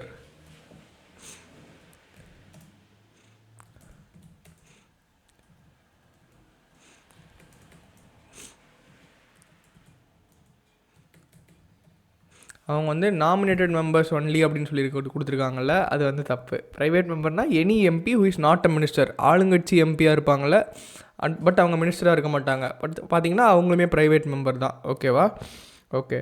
Recently a private member bill has been passed in Parliament of India for the first time in its historyன்னு சொல்லியிருக்காங்க. இது வந்து தப்பு. இப்போ வரைக்கும் பார்த்தீங்கன்னா டோட்டலாக 14 பில்ஸ் பாஸ் பண்ணியிருக்காங்க. ஃபஸ்ட் டைம் கொடுத்துருக்காங்க, அது ஒன்று தப்பு. ஓகேவா, நீங்கள் வீடியோ இப்போ பார்த்துட்டு இருக்கும்போது எவ்வளோ இருக்குங்கிறத நீங்கள் இன்னொரு தடவை செக் பண்ணிக்கோங்க. ஓகேவா, ஆன்சர் வந்து டி, நெய்தர் 1 nor 2. ஓகே, 44 போயிடலாம். The Parliament of India exercises control over the functions of Council of Ministers through. Okay, first one adjournment motion கொடுத்துருக்காங்க, கொஸ்டின் ஹார், அப்புறம் சப்ளிமெண்ட்ரி கொஷின்ஸ். இது 3ல் எது வந்து கவுன்சில் ஆஃப் மினிஸ்டர்ஸை கண்ட்ரோல் பண்ணுறதுக்கான மெக்கானிசம் டூல்ஸ் அப்படின்னு சொல்லி கொடுத்துருக்காங்க. இது பார்த்திங்கன்னா 3மே வந்து இம்பார்ட்டன்ட் டூல் தான். அட்ஜர்ன்மெண்ட் மோஷன்னா தெரியும்ல, நீங்கள் matter of urgent public importance இதை வந்து 2.5 to 3 hours வந்து டிஸ்கஸ் பண்ணுவாங்க. கவர்மெண்ட்டுக்கு அகேன்ஸ்டாக எதாவது கொண்டு வரணும்னு நினச்சாங்கன்னா அப்போசிஷன்லாம் சேர்ந்து அட்ஜர்ன்மெண்ட் மோஷன் கொண்டு வருவாங்க. அதை பற்றி கவர்மெண்ட் வந்து ஆன்சர் பண்ணணும் அப்படிங்கிறதுக்காக. இதுவுமே ஒரு டூல் தான். கொஸ்டின் ஹவர் நமக்கு தெரியும்ல, இந்த இடத்துல தான் வந்து கொஷின்ஸ் எல்லாம் கேட்பாங்க. ஸ்டார்டு கொஷின், அன்ஸ்டார்டு கொஷின் இதெல்லாம் பார்த்துருப்போம்ல. கொஷின் ஹவர் இந்த இடத்துல வந்து இப்போ ஸ்டார்டு கொஷினாக இருந்தால் வந்து அவங்க ஓரல் ரிப்ளை கொடுக்கணும், அன்ஸ்டார்டு கொஷினாக இருந்தால் அவங்க வந்து ரிட்டன் ரிப்ளை கொடுக்கணும். இந்த மாதிரி பார்த்துருப்போம். அப்புறம் சப்ளிமெண்ட்ரி கொஷின்னா ஒன்றும் இல்லை, ஒரு கொஷின் கேட்பாங்க, அதுக்கு மினிஸ்டர் பதில் சொல்லுவாங்க, அதுக்கப்புறம் சப்ளிமெண்ட்ரி அதோட கண்டினியூஷனாக மறுபடியும் கொஷின் எழுப்புவாங்க, அதுக்கு ஆன்சர் பண்ணணும். ஸோ அது சப்ளிமெண்ட்ரி கொஷின். ஸோ இது 3மே கவுன்சில் ஆஃப் மினிஸ்டர்ஸ்க்கு அகேன்ஸ்டாக இருக்கிற ஒரு டூல் தான். அவங்கள வந்து ஆன்சரபிள் ஆக்கணும் லெஜிஸ்லேச்சருக்கு, அதுக்கான டூல் தான் அது. ஸோ ஆன்சர் வந்து டி, ஈஸி கொஷின் தான். இப்போ நீங்கள் வந்து ஸ்டார்ட் கொஷின் அன்ஸ்டார்ட் கொஷின் சொன்னேன்ல, அதோட டிஃப்ரென்ஸ் எல்லாம் நீங்கள் பார்த்துக்கணும். ஓகேவா, ஓகே. 45 போயிடலாம். In the election of Lok Sabha State Assembly, the winning candidate must get at least 50% of the votes polled to be declared elected. இது வந்து தப்பு. இப்போ வந்து 100 பேர் ஓட்டு போடுறாங்கன்னா ஜெயிக்கிறவர் வந்து 51 ஓட்டு வாங்கணும் அப்படின்னு சொல்கிறாங்க. 51 ஓட்டு வாங்கணும் அப்படிங்கிறாங்க. அது தப்பு. ஆக்சுவலாக வந்து மொத்தம் வந்து 3 கேண்டிடேட் இருக்காங்கன்னா ஒருத்தர் 35 வாங்குறாரு, மீதி இருக்கிற 2 பேர் வந்து 32, 31, 30 அந்த மாதிரி வாங்குறாங்கன்னா யார் வந்து ஒருத்தரை விட இன்னொருத்தர் யார் அதிகம் அப்படிங்கிறாங்களோ அவங்க தான் வந்து வின்னராக அறிவிக்கிறோம்ல. ஸோ வந்து இவங்க அட்லீஸ்ட் 50% ஆஃப் ஓட்ஸ் போல்டுன்னு சொல்லியிருக்காங்க. ஸோ அது வந்து தப்பாக இருக்குது. இது வந்து தப்பு. இது நம்ம ஃபாலோ பண்ணுற சிஸ்டம் பேர் ஃபஸ்ட்டு பாஸ்ட் த போஸ்ட் சிஸ்டம்னு இருக்குது. அதாவது ஒருத்தரோட இன்னொருத்தர் அதிகமாக வாங்கியிருந்தாருன்னா அவர் வின்னர் அந்த மாதிரி. ஓகேவா? ஸோ வந்து ஃபஸ்ட்டு ஸ்டேட்மெண்ட் தப்பு. Second one, according to the provisions laid down in the constitution of India, Lok Sabha, the speaker's post goes to the majority party and deputy speakers to the opposition. ஓகேவா? இது வந்து மறுபடியும் பார்த்தீங்களா constitution டிஃபைன்ஸ்னு சொல்லியிருக்காங்க. கான்ஸ்டியூஷன்லேயே provision இந்த மாதிரி இருக்குது அப்படின்னு சொல்லியிருக்காங்க. ஸோ இந்த ஸ்டேட்மெண்ட் தப்பு. கான்ஸ்டியூஷன்லலாம் கிடையாது. It is a convention. பார்த்தீங்களா? இப்போ நான் கன்வென்ஷனே ஒரு 10 வாட்டி எழுதியிருப்பேன்னு நினைக்கிறேன். 11th லோக்சபாவிலேருந்து இந்த மாதிரி ஒரு கன்வென்ஷனை வந்து ஃபாலோ பண்ணுறாங்க. ஓகேவா? ஸோ ஆன்சர் வந்து அகைன் டி, நெய்தர் 1 nor 2. கான்ஸ்டியூஷனில் டிஃபைன் பண்ணியிருக்காங்க, ப்ரொவிஷன்ஸ் இருக்குது அப்படின்னு சொன்னாலே நீங்கள் வந்து கேர்ஃபுல்லாக இருக்கணும். ஓகேவா? Okay. 46. The Parliament of India acquires the power to legislate on any item in the state list in the national interest if a resolution to that effect is passed by the state listல வந்து எப்போ parliament வந்து லா make பண்ணலாம் அப்படின்னு சொல்லி கேட்டிருக்காங்க. Okay. Option A, Lok Sabha by a simple majority of its total membership. இது தப்பு. Lok Sabha by a majority of not less than 2/3 of its. இது இந்த இடத்துல லோக்சபா இருக்குல்ல, இந்த இடத்துல ராஜ்யசபா போட்டாங்கன்னா அதுதான் ஆன்சராக இருக்கும். ராஜ்யசபா பை சிம்பிள் மெஜாரிட்டி, இது தப்பு. Rajya Sabha by majority of not less than 2/3 இதுதான் கரெக்டு. ராஜ்யசபா வந்து 2/3, ராஜ்யசபாவில் இருக்க 2/3 மெம்பர்ஸ் சேர்ந்து ஒரு ரெசல்யூஷன் பாஸ் பண்ணுறாங்க அப்படின்னா வந்து பார்லிமெண்ட்டுக்கு வந்து இந்த பவர் கிடச்சிரும். அதாவது ஸ்டேட் லிஸ்ட்டில் லா மேக் பண்ணுற பவர் கிடைக்கும். ஏன்னா ராஜ்யசபா தானே கவுன்சில் ஆஃப் ஸ்டேட்ஸ்னு சொல்கிறோம், ஸ்டேட்டோட ரெப்ரசன்டேஷன்ஸ் தானே ராஜ்யசபாவில் இருக்காங்க. ஸோ ராஜ்யசபாக்கு இந்த எக்ஸப்ஷனல் பவர் கொடுத்துருக்காங்க. இது வந்து ஆர்டிக்கிள் 249. இதை தெரிஞ்சு வச்சுக்கோங்க கன்ஃபார்மாக. ஓகே. 47 போயிடலாம். Which of the following statements is or are correct? Okay, select the correct answer. Okay, a bill pending in the Lok Sabha lapses on its prorogation. Prorogation வேற, adjournment வேற. Prorogationனா வந்து ஒரு செஷனை வந்து முடிச்சுக்கிறது டோட்டலாக. அதாவது இப்போது மான்சூன் செஷன், பட்ஜெட் செஷன் அந்த மாதிரி சொல்கிறாங்களா. இப்போ மான்சூன் செஷனை ஃபுல்லாக எண்டு பண்ணுறது வந்து ப்ரோரோகேஷன் சொல்லுவாங்க.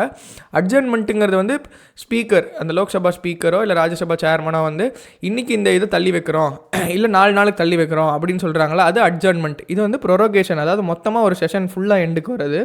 ஓகேவா? ப்ரோரோகேஷன் அண்டு டிசல்யூஷன் இது ரெண்டுமே டிஃப்ரெண்ட். ஓகேவா? இதை மட்டும் நீங்கள் வந்து கிளியராக எழுதி வச்சுக்கோங்க. ப்ரோரோகேஷன் versus dissolution. இப்போ பார்த்தீங்கன்னா டிசல்யூஷன்னா ஒரு லோக்சபா மொத்தமாக டிசால்வ் ஆகி போயிடுறது, அடுத்த கவர்மெண்ட் வர்றது, அடுத்த இது கவர்மெண்ட் ஃபார்ம் பண்ணுறதுக்கு முன்னாடி ஒரு டிசால்வ்னு சொல்லுவாங்கள்ல, அதுதான் வந்து டிசல்யூஷன். ஓகேவா? ஸோ வந்து bill pending in Lok Sabha lapses on its prorogation சொல்கிறாங்க. இது தப்பு. லோக்சபா மொத்தமாக டிசால்வ் ஆனாதான் மட்டும்தான் பில் பெண்டிங் இன் லோக்சபா வந்து லேப்ஸ் ஆகும். ஓகேவா? ஸோ ஃபஸ்ட்டு ஸ்டேட்மெண்ட் தப்பு. செகண்ட் ஸ்டேட்மெண்ட் வந்து a bill pending in Rajya Sabha which has not been passed by Lok Sabha shall not lapse on the dissolution of Lok Sabha. Okay, a bill pending in Rajya Sabha which has not been passed by Lok Sabha. Okay, இப்போ என்னென்னா ராஜ்யசபாவில் ஒரு bill இருக்குது, அதை அவங்க pass பண்ணிட்டாங்க, அதை வந்து இன்னும் அதை வந்து அவங்க பாஸ் பண்ணிட்டாங்க, பட் லோக்சபாவுக்கு அவங்க இன்னும் அனுப்பவே இல்லை. அனுப்புறதுக்கு முன்னாடியே லோக்சபா வந்து டிசால்வ் ஆகிடுச்சு அப்படின்னா வந்து அந்த பில்லும் லேப்ஸ் ஆயிரும்னு சொல்லிடுறாங்க. ஸோ இது வந்து கரெக்ட் தான். ஏன்னா ஷேல் நாட் இருக்குல்ல, ஷேல் நாட் லேப்ஸ், ஏன்னா அது லோக்சபாவுக்கு போகவே இல்லை. ஸோ ராஜ்யசபாவில் பாஸ் ஆகிருக்கு. ஸோ அப்படி இருக்கும்போது பிரச்சனை இல்லை. புது லோக்சபா வரும்போது அவங்களுக்கு திரும்பி அந்த பில்லை கொடுத்து பாஸ் பண்ண சொல்லுவாங்க. ஸோ செகண்ட் ஸ்டேட்மெண்ட் வந்து கரெக்ட். நிறையா இடத்துல நாட் இருக்கிறதுனால கேர்ஃபுல்லாக பாஸ் விட்டு படிக்கணும். ஓகேவா? Second statement correct. இப்போ நீங்கள் என்ன பண்ணோன்னா எந்தெந்த கண்டிஷன்ஸ்லாம் பில் லேப்ஸ் ஆகும், எதுலெல்லாம் ஆகாது, இதிலேருந்து நிறையா கேள்வி வந்துகிட்டே இருக்குது.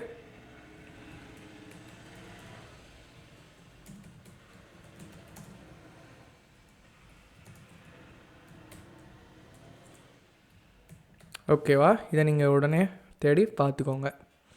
ஓகேவா, இதை மட்டும் ஞாபகம் வச்சுக்கோங்க. பிரசிடென்ட் கிட்ட வந்து போயிடுச்சு பில்லு அப்படின்னா வந்து அது வந்து எவ்வளோ டிசல்யூஷன் நடந்தாலுமே அது லேப்ஸ் ஆகாது. இதை மட்டும் க்ளூ ஞாபகம் வச்சுக்கோங்க. மீதியெல்லாம் வந்து நீங்கள் டிஃப்ரென்ஸ் எல்லாம் நுவான்சஸ்லாம் நீங்கள் பார்த்துக்கணும். ஓகேவா, 48 போயிடலாம். Consider the following statements. The legislative council of a state in India can be larger in size than half of the legislative assembly of that particular state. இது வந்து தப்பு. ஆக்சுவலாக வந்து ஆர்டிகல் 171 172 என்ன சொல்கிறாங்கன்னா, ஸ்டேட் லெஜிஸ்லேட்டிவ் அசம்பிளியோட ஸ்ட்ரென்த்தோட 1/3 ஸ்ட்ரென்த் தான் வந்து கவுன்சிலில் இருக்கணும் அப்படின்னு சொல்கிறாங்க. நான் இங்கே மென்ஷன் பண்ணுறேன். அந்த 1/3ங்கிறது உங்களுக்கு தெரிஞ்சிருக்கணும். ஆர்டிக்கல் வந்து தெரியலனாலும் பிரச்சனை இல்லை, இப்போ நீங்கள் தெரிஞ்சுக்கோங்க. ஆர்டிகல் 171 அப்புறம் 172 இவங்க தான் சொல்கிறாங்க. அதாவது 1/3 of the total size of state legislative assembly.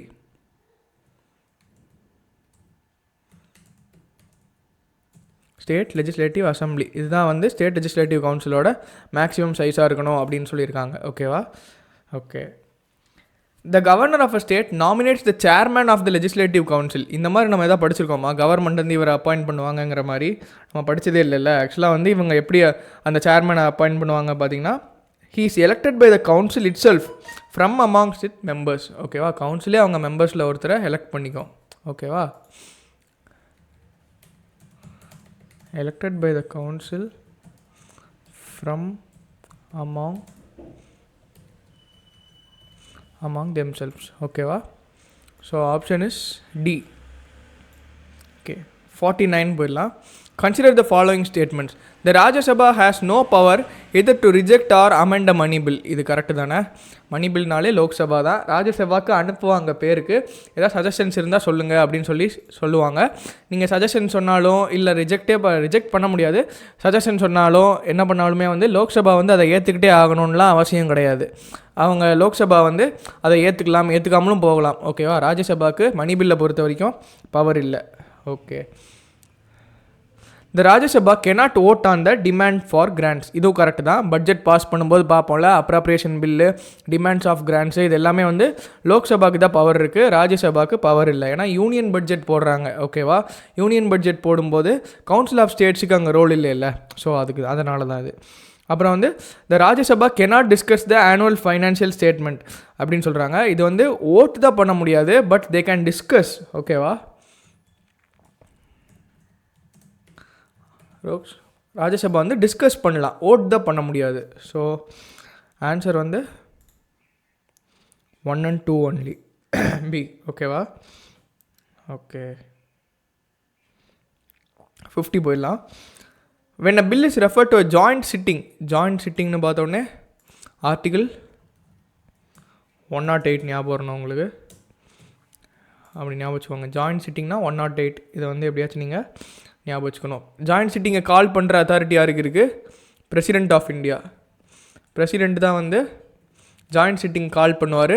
அதை ப்ரிசைட் பண்ணுறவர் பார்த்தீங்கன்னா லோக்சபாவோட ஸ்பீக்கர். ஓகேவா, okay. when a bill is referred to a joint sitting, both the houses of the parliament has to be passed. Okay, when a bill is referred to a joint sitting, both the houses of the parliament has to be passed by. Okay, ஒரு லா வந்து joint சிட்டிங்கில் எப்படி pass ஆகும்னு சொல்லி கேட்டிருக்காங்க. அதுக்கு answer வந்து simple majority of the members present and voting. இதுதான் answer. ஏன்னா வந்து லோக்சபா ராஜ்யசபா 2 மெம்பர்ஸும் சேர்ந்து உட்காந்துருப்பாங்க. ஸோ ஆட்டோமேட்டிக்காக வந்து லோக்சபாவில் ஸ்ட்ரென்த் இருந்தால் நம்ம வந்து மெஜாரிட்டியை வந்து அட்டைன் பண்ணிவிட்டு ஈஸியாக பில்லை பாஸ் பண்ணிடலாம். சிம்பிள் மெஜாரிட்டி இருந்தால் போதுமானது. ஓகேவா, okay. 51. Consider the following statements regarding no confidence motion. அப்போவே பார்த்தோம்ல 75 ஆர்டிகல் 75ல இன்டெரக்டாக இது இருக்குது அப்படின்னு சொல்லியிருக்காங்க. there is no mention of a no confidence motion in Constitution of India. Correct தானே? கான்ஸ்டியூஷனில் இந்த மாதிரி டைரெக்டாக போடலை. ரூல் 198 ஆஃப் லோக்சபாவில் தான் அதை வந்து போட்டிருக்காங்க. ஓகேவா, டைரெக்டாக வந்து கான்ஸ்டியூஷன் இல்லைங்கிறது முன்னாடி இருக்கிற ஒரு கொஷின்லேயே பார்த்தோம். ஓகேவா, ரூல் 198 ஆஃப் லோக்சபா அதில் தான் இருக்குது, கான்ஸ்டியூஷனில் இல்லை. Okay, a motion of no confidence can be introduced in Lok Sabha only. இது கரெக்டு தான். ஓகேவா, ராஜ்யசபா மினிஸ்டராகவே இருந்தாலுமே லோக்சபாவில் தான் வந்து நோ கான்ஃபிடன்ஸ் மோஷன் இன்ட்ரடியூஸ் பண்ண முடியும். இப்போ சப்போஸ் லோக்சபாவில் நோ கான்ஃபிடன்ஸ் மோஷன் இன்ட்ரடியூஸ் பண்ணி அது நோ கான்ஃபிடன்ஸ் மோஷன் ஜெயிக்கவும் செஞ்சிருச்சுன்னா ராஜ்யசபாவில் மினிஸ்டராக இருக்கிறவர் சேர்ந்து தான் ரிசைன் பண்ணணும். ஓகேவா, இந்த கண்டிஷனை ஞாபகம் வச்சுக்கோங்க. Okay, both 1 and 2. ஓகே, 52 போயிடலாம். Which one of the following is the largest committee of the parliament? Okay, அப்போயே சொன்னேன்ல கமிட்டியோட ஃபங்க்ஷன்ஸு மெம்பர்ஸு எல்லாத்தையும் பார்த்து வச்சுக்கோங்க. இதில் நிறைய கமிட்டிஸ் இருக்குது, நிறையா மெம்பர்ஸ் கன்ஃபியூசிங்காக இருக்குது அப்படின்னு சொல்லி பார்க்காம வச்சுருந்தீங்கன்னா அதுலேருந்து தான் உங்களுக்கு கொஷின் வரப்போகுது, ஞாபகம் வச்சுக்கோங்க. ஓகேவா? கமிட்டி ஆன் பப்ளிக் அக்கௌண்ட்ஸ், இதில் வந்து எவ்வளோ மெம்பர்ஸ் இருக்காங்க அப்படின்னு பார்த்தீங்கன்னா 15 ஃப்ரம் லோக்சபா, 7 ஃப்ரம் ராஜ்யசபா. ஓகேவா? கமிட்டி ஆன் எஸ்டிமேட்ஸில் பார்த்தீங்கன்னா 30 மெம்பர்ஸ், ஃபுல்லாமே பார்த்தீங்கன்னா லோக்சபாவிலேருந்து தான். ஓகேவா? இவங்க வந்து பட்ஜெட்டில் இருக்கிற எஸ்டிமேட்ஸ் அதெல்லாம் பற்றி ஸ்க்ரூட்டினைஸ் பண்ணுற கமிட்டி. ஓகேவா? கமிட்டி ஆன் பப்ளிக் அண்டர்டேக்கிங்ஸ், இது பார்த்தீங்கன்னா 15 from Lok Sabha and 7 from Rajya Sabha. ஓகேவா? ஓகே. கமிட்டி ஆன் பெட்டிஷன்ஸ், இது வந்து பார்த்தீங்கன்னா 10 மெம்பர்ஸ் இருக்காங்க. கொஷின் என்னது? Largest committee. Okay, largest committee பார்த்தீங்கன்னா இப்போ 30 இருக்கா? Committee on estimates. ஓகேவா? தெரிஞ்சுக்கணும் நீங்கள். ஓகே, 53 போயிடலாம்.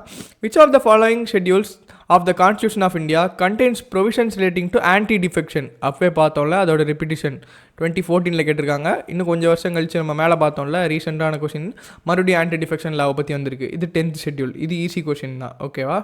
10th ஷெட்யூல் இந்த ப்ரொவிஷன்ஸ், இந்த ஆன்டி டிஃபெக்ஷன் லாவில் இருக்கிற ப்ரொவிஷனு, டிஃபெக்ட்ஸு, அப்புறம் ரீசன்ட் டிபேட்ஸ் எல்லாமே வந்து நீங்கள் தெரிஞ்சுக்கணும். ஓகே ஓகே 54 போயிடலாம். The chairman and the deputy chairman of the Rajya Sabha are not the members of that house அப்படின்னு சொல்லியிருக்காங்க. சேர்மேன் வந்து பார்த்தீங்கன்னா ராஜ்யசபாவில் யார்? Vice president. But deputy chairman பார்த்தீங்கன்னா அதில் மெம்பரில் யாராவது ஒருத்தர் தான் டெபுட்டி சேர்மேன். பட் வந்து போத் ஆர் நாட் த மெம்பர்ஸ்ன்னு அப்படின்னு சொல்லியிருக்காங்க. ஸோ இது வந்து தப்பு. Deputy chairman is a member.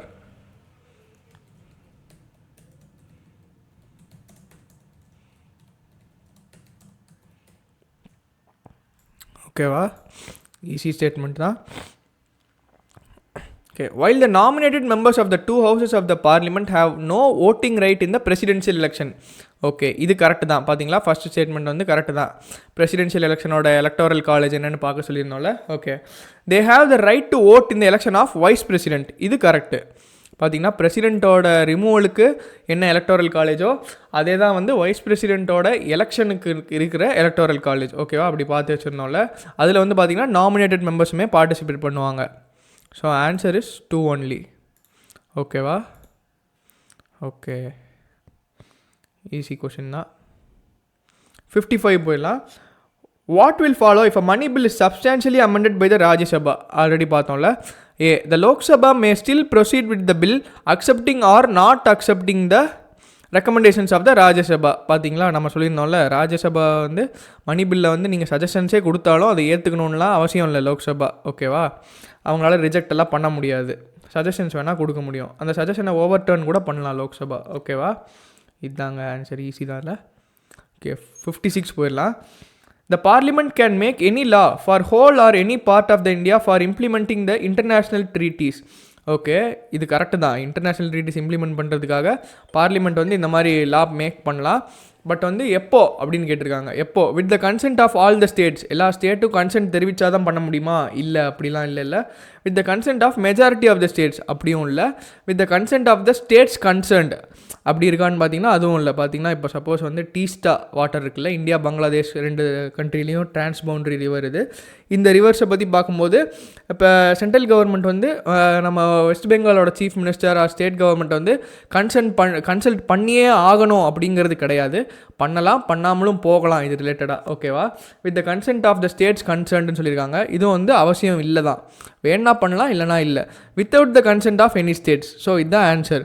யார்கிட்டையும் கன்சல்ட் பண்ணாமலே கூட இது பண்ணலாம். ஏன்னா இந்த டொமைன் வந்து totally with union government. International treaty sign பண்ணுற பவர் வந்து யூனியன் கவர்மெண்ட் பார்லிமெண்ட் கிட்ட மட்டும்தான் இருக்குது. ஓகேவா? ஸோ ஆப்ஷன் டி தான். இந்த ஸ்டேட்கிட்டையும் கன்சல்ட் பண்ணணும்னு அவசியமே இல்லை. இதுக்கு வந்து ஆர்டிகல் பார்த்திங்கன்னா 253. ஓகே, இதை ஞாபகம் வச்சுக்கோங்க. ஓகே, 57 போயிடலாம். Consider the following statements. Parliamentary committee on public accounts, அதை பற்றி கேட்டிருக்காங்க. Public accounts committee. ஓகேவா? இது ஞாபகம் இருந்தா, இது ஃப்ரெண்ட் அண்ட் ஃபிலாசபர்னு சொல்லிட்டு சிஏஜியை சொல்லியிருப்பாங்கள்ல. அதாவது சிஏஜி தான் வந்து friend and philosopher of parliamentary committee on public accounts அப்படின்னு சொல்லியிருப்பாங்க. அவங்களுக்கு வந்து ஃபுல் தேவையான ரிப்போர்ட்ஸு, டேட்டா எல்லா ஹெல்ப்புமே வந்து சிஏஜி பண்ணுவார் அப்படின்னு சொல்லி இது எக்ஸ்ட்ரா ஃபேக்ட் ஞாபகம் வச்சுக்கோங்க. So it consist of not more than 25 members of the லோக்சபான்னு சொல்லியிருக்காங்க. இது வந்து பார்த்திங்கன்னா தப்பான statement. 15 from Lok Sabha and 7 from Rajya Sabha. இதுதான் answer. Scrutinises appropriation finance accounts of government, இதுவுமே கரெக்டு தான். Okay. Examines the report of CAG, again இது கரெக்டு தான். ஸோ ஆன்சர் வந்து 213. இப்போது பார்லிமெண்ட்ரி கமிட்டின்னு கேட்டிருக்காங்கல்ல, பார்லிமெண்ட்ரி கமிட்டியோட ஆர்டிக்கிள் என்ன உங்களுக்கு ஞாபகம் வருதா? ஆர்டிக்கல் 105, 118 பார்லிமெண்ட்ரி கமிட்டியோட ஆர்டிக்கல் வந்து இது நான் எழுதியிருக்கேன். இப்போ வந்து பார்லிமெண்ட்ரி ப்ரிவிலேஜஸ்னு ஒன்று இருக்குல்ல, அதோட ஆர்டிக்கல் என்னென்னு வந்து நீங்கள் இது கீழே வந்து ஹெட்டிங் போட்டு எழுதி வச்சுக்கோங்க. பார்லிமெண்ட்ரி ப்ரிவிலேஜஸ், அதாவது பார்த்திங்கன்னா எம்பிஸு, மினிஸ்டர்ஸ் இவங்கெல்லாம் பார்லிமெண்ட்டில் என்ன பேசினாலுமே அவங்களுக்கு வந்து பார்லிமெண்ட்ரி ப்ரிவிலேஜஸ் அப்படின்னு ஒன்று இருக்குது. அவங்களுக்கு வந்து கோர்ட் வந்து கொஷின் பண்ண முடியாது, இவங்க பேசுனதுக்கு தே are not accountable R answerable to the public, அந்த மாதிரி வந்து சில ப்ரிவிலேஜஸ்லாம் இருக்குது. ஓகேவா? ஸோ ப்ரிவிலேஜ், பார்லிமெண்ட்ரி ப்ரிவிலேஜ் வந்து என்ன ஆர்டிக்கலுங்கிறத பார்த்து வச்சுக்கோங்க. ஓகேவா? இப்போ வந்து இந்த பப்ளிக் அக்கௌண்ட் கமிட்டி இருக்குல்ல, மொத்தம் வந்து 3 ஃபைனான்ஷியல் பார்லிமெண்ட்ரி கமிட்டிஸ் இருக்குது. அதில் ஒன்று தான் வந்து பப்ளிக் அக்கௌண்ட் கமிட்டி. இன்னொன்று வந்து பார்த்திங்கன்னா அப்பவே பார்த்தோம்ல எஸ்டிமேட்ஸ் கமிட்டி, அப்புறம் இன்னொன்று வந்து கமிட்டி ஆன் பப்ளிக் அண்டர்டேக்கிங்ஸ். இது மூணுமே பார்த்திங்கன்னா ஃபைனான்ஷியல் பார்லிமெண்ட்ரி கமிட்டிஸ். ஓகேவா? இப்போ நான் சொன்னதை ஆன்சர் கீழே நீட்டாக கொடுத்துட்றேன். 3 ஃபைனான்ஷியல் கமிட்டிஸ். ஓகேவா? இவங்களோட மெம்பர்ஸு அப்புறம் வந்து எல்லாமே பார்த்து வச்சுக்கோங்க, மெம்பர்ஸ், ஃபங்க்ஷன்ஸ் எல்லாமே. ஓகே. 58 போயிடலாமா? A deadlock between Lok Sabha and Rajya Sabha, okay, calls for a joint sitting of the parliament during, okay.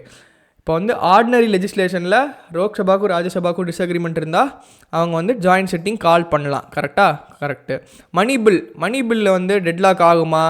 ஆகவே ஆகாது. ஏன்னா ராஜ்யசபாவுக்கு வந்து லிமிட்டட் பவர்ஸ், அவங்களால அமெண்டும் பண்ண முடியாது, ரிஜெக்டும் பண்ண முடியாது, சஜஷன் மட்டும் தான் சொல்ல முடியும். ஓகேவா? ஸோ மணி பில் வராது.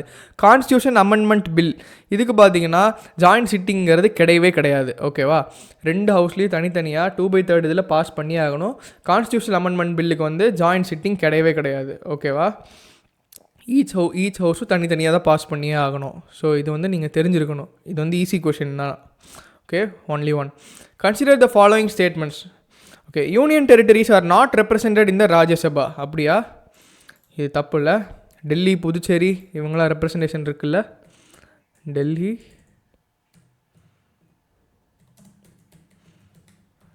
இவங்களுக்கெலாம் வந்து ராஜ்யசபாவில் ரெப்ரசன்டேஷன் உண்டு. ஓகேவா? It is within the purview of chief election commissioner to adjudicate election disputes. இது வந்து பார்த்திங்கன்னா அட்ஜுடிகேஷன் பவர் வந்து எப்போவுமே எலெக்ஷன் கமிஷனுக்குலாம் இருக்காது, சுப்ரீம் கோர்ட்டுக்கு தான் பவர் இருக்குது. சுப்ரீம் கோர்ட்டுக்கு எதுக்கு பவர் இருக்குன்னா வந்து பிரசிடென்ட் அண்ட் வைஸ் பிரசிடென்ட் எலெக்ஷனுக்கு. அப்புறம் எம்பி எம்எல்ஏ எலெக்ஷனுக்குலாம் யாருக்கு பவர் இருக்குன்னு பார்த்தீங்கன்னா ஹை கோர்ட்டுக்கு இருக்குது. ஓகேவா? இப்போ இப்படி கூட உங்களுக்கு கொஷின் வரலாம். இப்போ நாளைக்கு வந்து ஒரு எம்பி எலெக்ஷன் நடக்குது, அது எலெக்ஷன் டிஸ்பியூட் அட்ஜுடிகேட் பண்ணுறது யாருன்னு கேட்டிங்கன்னா நீங்கள் சென்ட்ரல் லெவல் எலெக்ஷனாக இருக்குது, அதனால் சுப்ரீம் கோர்ட் அப்படின்னு நீங்கள் போட்டக்கூடாது. எம்பி எம்எல்ஏ எலெக்ஷனில் ஏதாவது டிஸ்பியூட் இருந்தால் ஃபஸ்ட்டு வந்து நீங்கள் ஹை கோர்ட் தான் போய் ஆகணும். ஹை கோர்ட்டுக்கு தான் அந்த அத்தாரிட்டி இருக்குது. ஓகேவா? Only for president and vice பிரசிடென்ட்டுக்கு சுப்ரீம் கோர்ட் வருவாங்க. ஓகேவா? இது அப்புறம் நீட்டாக எழுதிடுவோம். SC for VP and president elections, high courts for MP and MLA elections. ஓகேவா? Okay. According to the Constitution of India, the Parliament consists of Lok Sabha and Rajya Sabha only. இந்த ஒன்லிலாம் பார்த்தீங்கன்னா உடனே காஷன் ஆகிடணும். ஓகேவா? President, அப்புறம் லோக்சபா, அப்புறம் ராஜ்யசபா, இது 3 சேர்ந்தது தான் வந்து பார்லிமெண்ட்டு. இது பார்த்துருந்தோம்ல. அதே மாதிரி ஸ்டேட் லெவலில் governor, legislative assembly plus state legislative council 3 சேர்ந்தது தான் வந்து ஸ்டேட் கவர்மெண்ட்டில். ஓகேவா? ஓகே. ஸோ இதுக்கு ஆன்சர் வந்து நன். இப்போது சில பேர் வந்து தப்பாக கைட் பண்ணுவாங்க, நன் ஆன்சர்லாம் வந்து ரேராக தான் வரும் அப்படின்னு சொல்லியிருந்தாங்கன்னா, இப்போ நம்ம பாலிட்டி ப்ரீவியஸ் இயர் கொஸ்டின் பார்த்தோம்ல, எவ்வளோ நன் வந்துருச்சு. ஸோ இந்த மாதிரி ரொம்ப வைல்டான ஒரு பேசிஸ் இல்லாத ஒரு கெஸ்ஸஸை நீங்கள் அங்கே போய் எக்ஸாமில் அப்ளை பண்ணக்கூடாது. ஸ்டேட்மெண்ட் எல்லாம் படித்து பாருங்கள். அன்லெஸ் அண்ட் அன்டில் உங்கள் காமன் சென்ஸ் வந்து கன்ஃபார்மாக வந்து இந்த ஸ்டேட்மெண்ட் வந்து வராது அப்படின்னு தெரிஞ்சால் நீங்கள் நன்னை போட்டாகணும். ஓகேவா? ஸோ வந்து நன் வராதுன்னு சொல்லியிருக்காங்க அவங்க, நம்ம வேறு எதாவது போட்டு வருவோம் அப்படிங்கிறது கிடையாது. அப்படி பண்ணக்கூடாது. ஓகேவா? நன்னும் ஆன்சராக நிறைய வரும். Okay, consider the following statements. Pursuant to the report of H. and Sanyal Committee, the Contempt of Courts Act 1971 was passed. இது கரெக்டு தான். தெரியலனா இப்போ தெரிஞ்சுக்கோங்க. ஓகேவா? The Constitution of India empowers the Supreme Courts and the High Courts to punish for contempt for themselves. இது correct தான். Okay, அது வந்து சுப்ரீம் கோர்ட்டுக்கும் ஹை கோர்ட்டுக்கும் மட்டும்தான் அந்த பவர் இருக்குது. ஓகேவா? இதில் சிவில் கண்டெம்ப்ட், கிரிமினல் கண்டெம்ப்ட்னு ரெண்டு இருக்குது. இது வந்து நீங்கள் பார்த்துக்கோங்க. சிவில் கண்டெம்ப்ட்னா வந்து கோர்ட்டோட ஆர்டர்ஸை வந்து டிஸ்ஓபே பண்ணுறது அந்த மாதிரி வரும். கிரிமினல் கண்டெம்ப்ட்னா வந்து இப்போ கோர்ட்டில் இருக்கிற பர்சனல், போலீஸ் இவங்களெல்லாம் வந்து டிஸ்ஓபே பண்ணுறது, கோர்ட்டோட இதை டிஸ்ஓபே பண்ணுறது அந்த மாதிரி இருக்கலாம். கிரிமினல் கண்டெம்ப்ட் அந்த மாதிரி வரும். ஓகேவா? இப்போ வந்து இந்த கிரிமினல் கண்டெம்ப்ட் ஆஃப் கோர்ட் வந்து எந்த ஆர்டிக்கிள்லேருந்து டிரைவ் ஆகுது அப்படின்னு பார்த்தீங்கன்னா ஆர்டிக்கிள் 129(215). இது வந்து இப்போ நீங்கள் தெரிஞ்சுக்கலாம். இதுக்கு முன்னாடி தெரியலனாலும் பிரச்சனை இல்லை. The constitution of India define civil contempt and criminal contempt. இது வந்து தப்பு. டிஃபைன்லாம் பண்ணல, மென்ஷன் தான் பண்ணியிருக்காங்க. So it doesn't define.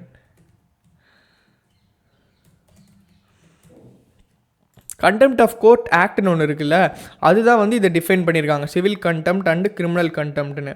இப்போ நீங்கள் அந்த ஆக்டை போய் உடனே பார்த்துக்கணும். என்னது? த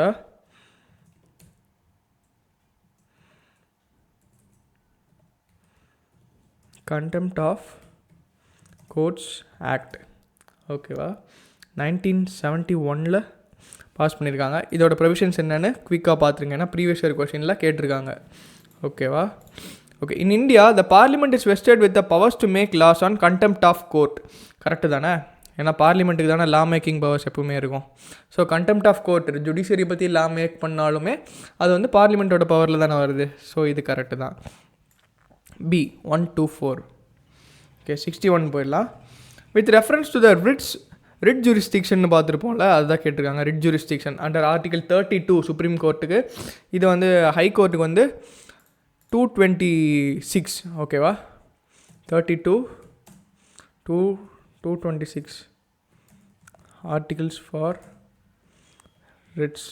ஓகேவா? இது வந்து சுப்ரீம் கோர்ட்டுக்கு, இது ஹை கோர்ட்டுக்கு. ஓகேவா? இதை நீங்கள் பார்த்துக்கணும். இந்த ஆர்டிக்கிளில் தானே இப்போ டாக்டர் B.R. அம்பேத்கர் சொல்லியிருப்பார்ல, heart and soul of Indian constitution சொல்லியிருப்பாருன்னு நினைக்கிறேன். அதை நீங்கள் செக் பண்ணிக்கோங்க. ஓகேவா? Mandamus will not lie against a private organization unless it is entrusted with a public duty. இது கரெக்ட் தான். மேண்டமஸ்னால் என்னென்னா, ஒரு பப்ளிக் ஆஃபீஸர் இருக்கார், ஒரு அத்தாரிட்டி இருக்கார், அவர் வந்து அவரோட வேலையை வந்து அதாவது லீகலாக இருக்கிற வேலையை வந்து செய்ய தவறிட்டார் அப்படின்னா வந்து கோர்ட் வந்து ஆர்டர் போடும். இது வந்து உங்கள் ஜுரிஸ்டிக்ஷனில் இருக்கிற டியூட்டி, நீங்கள் செய்யுங்க அப்படின்னு சொல்லிட்டு கோர்ட் ஆர்டர் போடும். அதுதான் mandamus.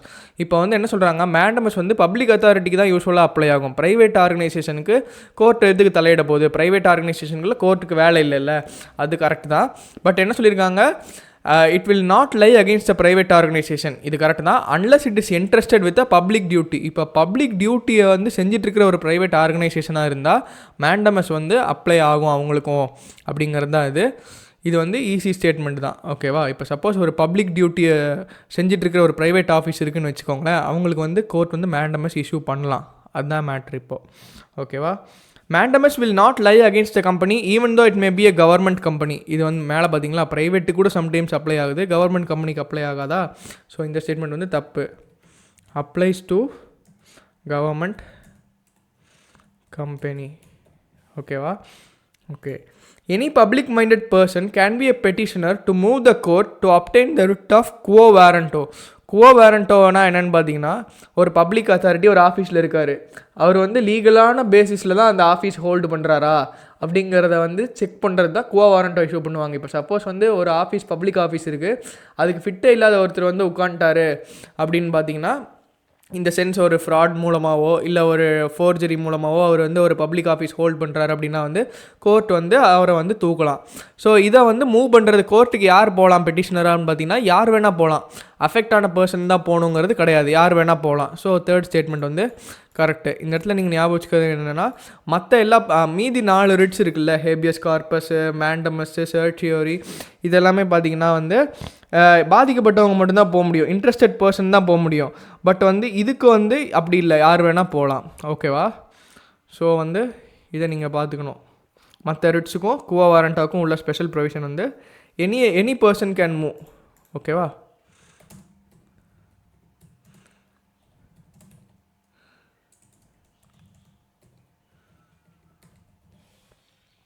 Okay. So answer is 1 and 3 இருக்கா? இருக்குது. 62. With reference to India, consider the following statements. Government law officers and legal firms are recognized as advocates, but corporate lawyers and patent attorneys are excluded from recognition as advocates. இது வந்து ஏன் கொஞ்சம் deviate ஆகுது, நம்ம polity புக்கிலலாம் இல்லை அப்படின்னு நீங்கள் நினச்சிங்கன்னா, 2022 இந்த பார் கவுன்சிலை சுற்றி டிபேட் இருந்தது. அப்போ வந்து இது ஒரு கரண்ட் அஃபேர்ஸ். ஓகேவா? ஸோ ரிலவெண்ட்டாக தான் கேட்டிருக்காங்க. இந்த ஸ்டேட்மெண்ட் வந்து தப்பு. Government law officers and legal firms are recognized as advocates. இந்த part correct. But corporate lawyers, patent attorneys are excluded from recognition as அட்வொகேட்ஸ்னு சொல்லியிருக்காங்க. ஸோ இது தப்பு. அவங்களுமே வந்து அட்வொகேட்டாக ரெகக்னைஸ் பண்ணுறாங்க. ஓகேவா? They too are as advocates. ஓகேவா? Okay. Bar councils have the power to lay down the rules relating to legal education and recognition of law colleges. இது கரெக்டு தான். லா ஜுடிஷியரி ரிலேட்டடாக இருக்கிறது எல்லாத்தையுமே வந்து பார்த்துக்கிறது பார் கவுன்சில் ஆஃப் இந்தியா தான். ஓகேவா? பார் கவுன்சில் ஆஃப் இந்தியா வந்து பார்த்திங்கன்னா இது வந்து ஒரு ஸ்டாட்டுட்டரி பாடி. அதாவது அட்வொகேட்ஸ் ஆக்ட் 1961 இருக்குல்ல, அதுதான் வந்து பார் கவுன்சில் ஆக்டை எஸ்டாப்ளிஷ் பண்ணுது. அவங்க தான் வந்து லீகல் எஜுகேஷன் எல்லாத்தையுமே பார்த்துக்கிறாங்க. ஸோ வந்து செக்ஷன் 4 ஆஃப் அட்வொகேட்ஸ் ஆக்ட். ஓகேவா? இது வந்து ஸ்டாட்டுட்டரி பாடி பார் கவுன்சிலுங்கிறது. ஓகேவா?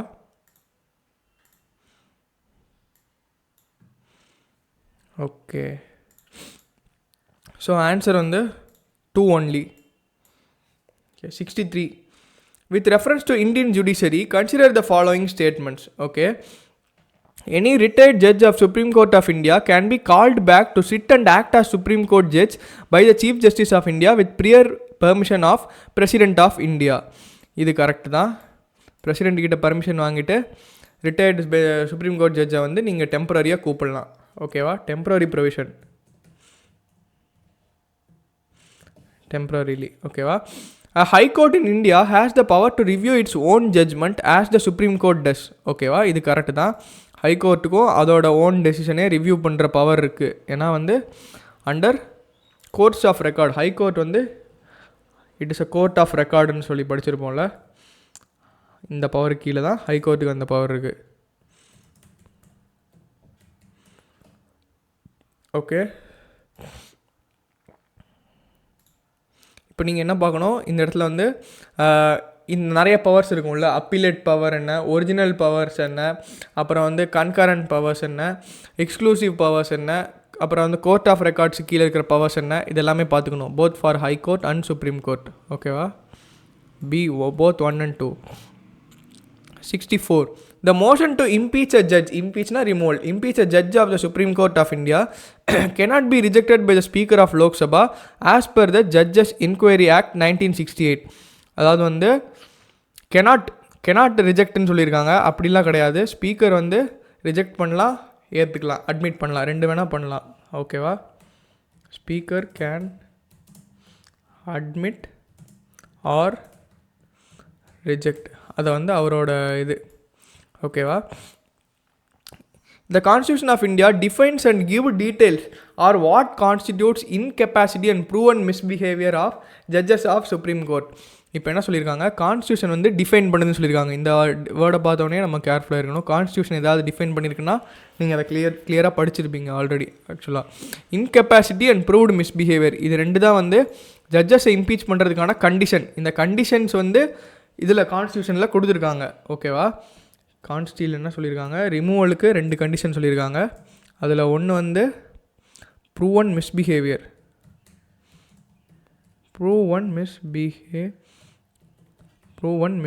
இன்னொன்று வந்து incapacity.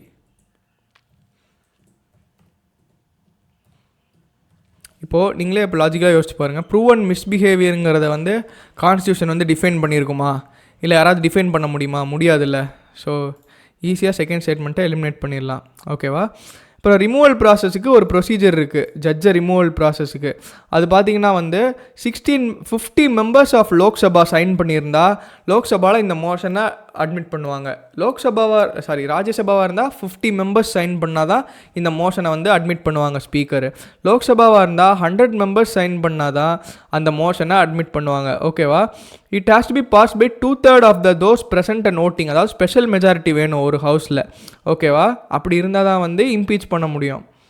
ஓகேவா? ஒரு இடத்துல வந்து ஹவுஸில் வந்து 2/3 ஆஃப் த மெஜாரிட்டி இருந்தால் தான் வந்து அதை வந்து இன்னொரு ஹவுஸுக்கு போகும். இன்னொரு ஹவுஸ் வந்து அதை சிம்பிள் மெஜாரிட்டியில் அதை பார்த்து அப்ரூவ் பண்ணாங்கன்னா அது வந்து ஜட்ஜை ரிமூவ் பண்ணதாக ஆயிரும். அதுக்கப்புறம் பிரசிடெண்ட் வந்து அதுக்கு ஆர்டர் போடுவார். ஓகேவா? ராஜ்யசபாவாக இருந்தால் 50 மெம்பர்ஸ் சைன் பண்ணோம், லோக்சபாவாக இருந்தால் 100 மெம்பர்ஸ்.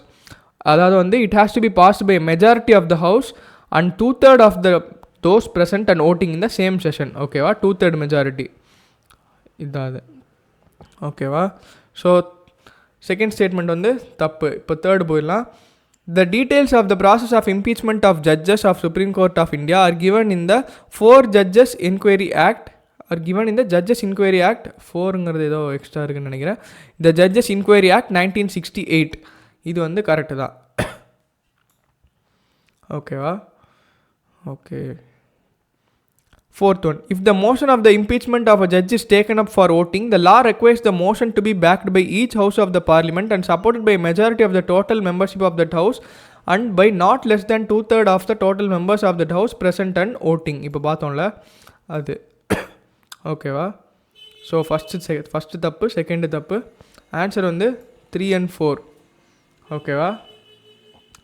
ஓகே.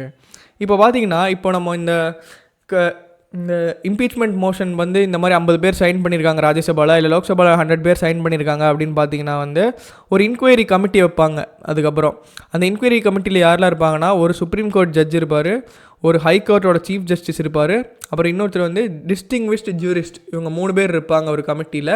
இந்த கமிட்டி தான் வந்து அந்த ஜட்ஜுக்கு அகெயின்ஸ்டாக இருக்கிற சார்ஜஸ் எல்லாத்தையும் எக்ஸாமின் பண்ணுவாங்க. ஓகேவா? எக்ஸாமின் பண்ணதுக்கப்புறம் இதை வந்து 2 ஹவுஸ் ஆஃப் பார்லிமெண்ட்டுக்குமே அந்த ரிப்போர்ட்டை இது கொடுப்பாங்க. இது வந்து பார்த்திங்கன்னா ஒரு ஹவுஸில் வந்து 2/3 ஆஃப் த இது பேர் வந்து ஓட் பண்ணாங்கன்னா தான் வந்து இது வந்து அதாவது இந்த ரெசல்யூஷன் வந்து பாஸ் ஆகும். 2/3 ஆஃப் த மெஜாரிட்டி வேணும் ஒரு ஹவுஸில்.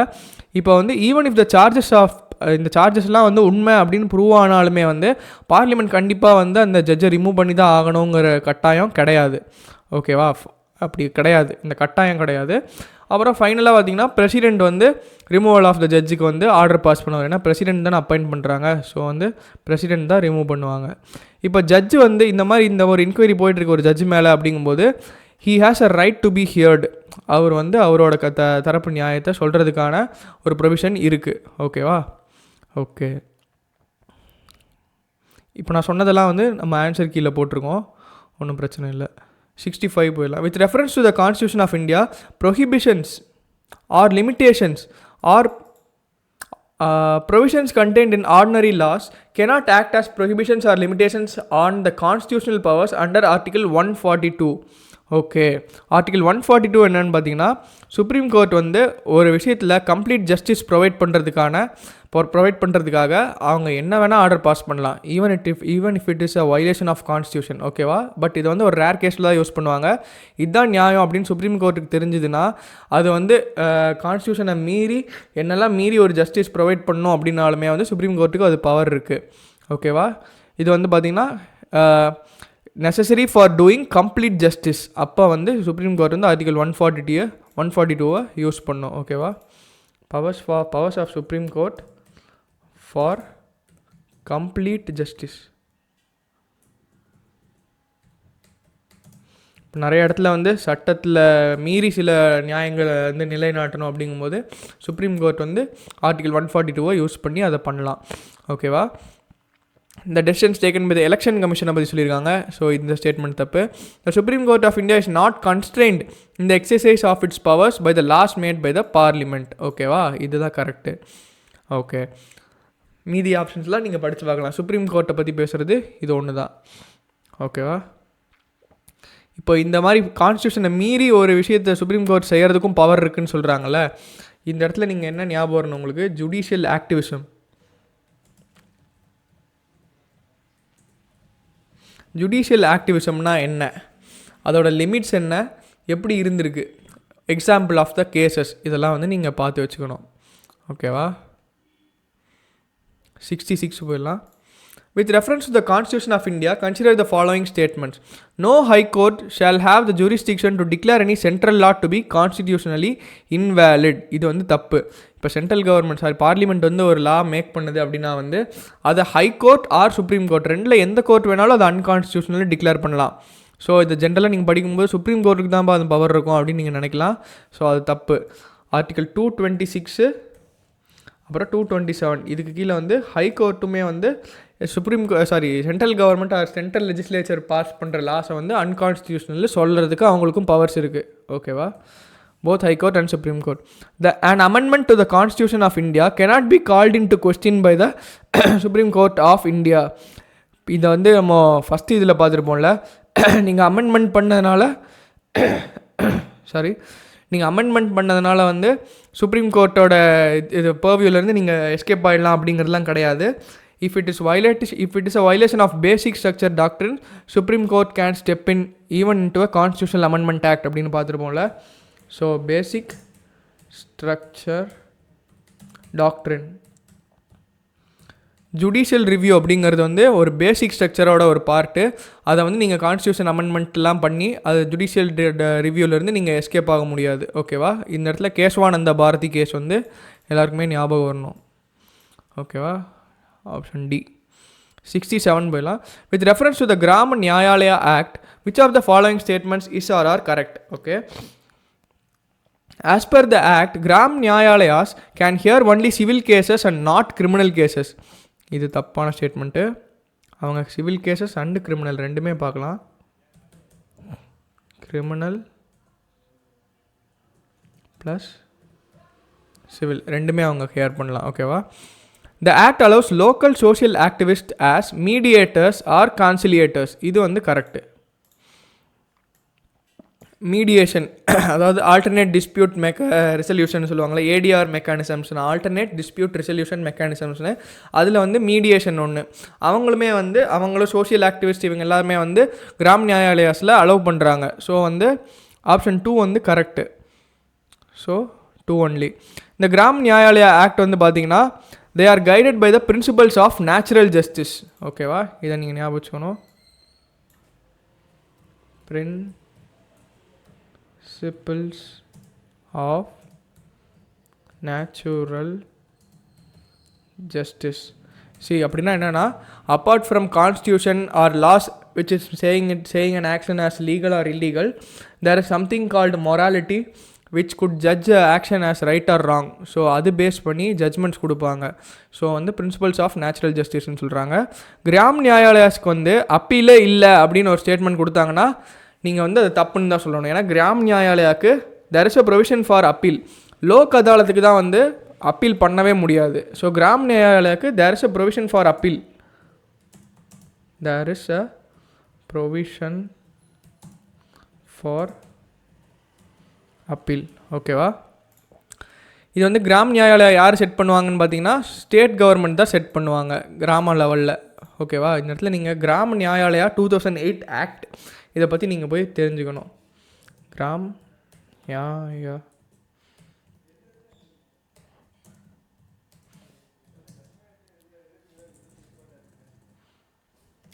நியாயாலயா ஆக்ட் 2008 இதோட ப்ரொவிஷன்ஸ் என்ன, பவர்ஸ் என்ன, ரெஸ்ட்ரிக்ஷன்ஸ் என்ன, இதெல்லாமே நீங்கள் போய் இப்போ பார்த்து வச்சுக்கோங்க. ஓகேவா. Okay. 68. Who among the following is the custodian of Constitution of India?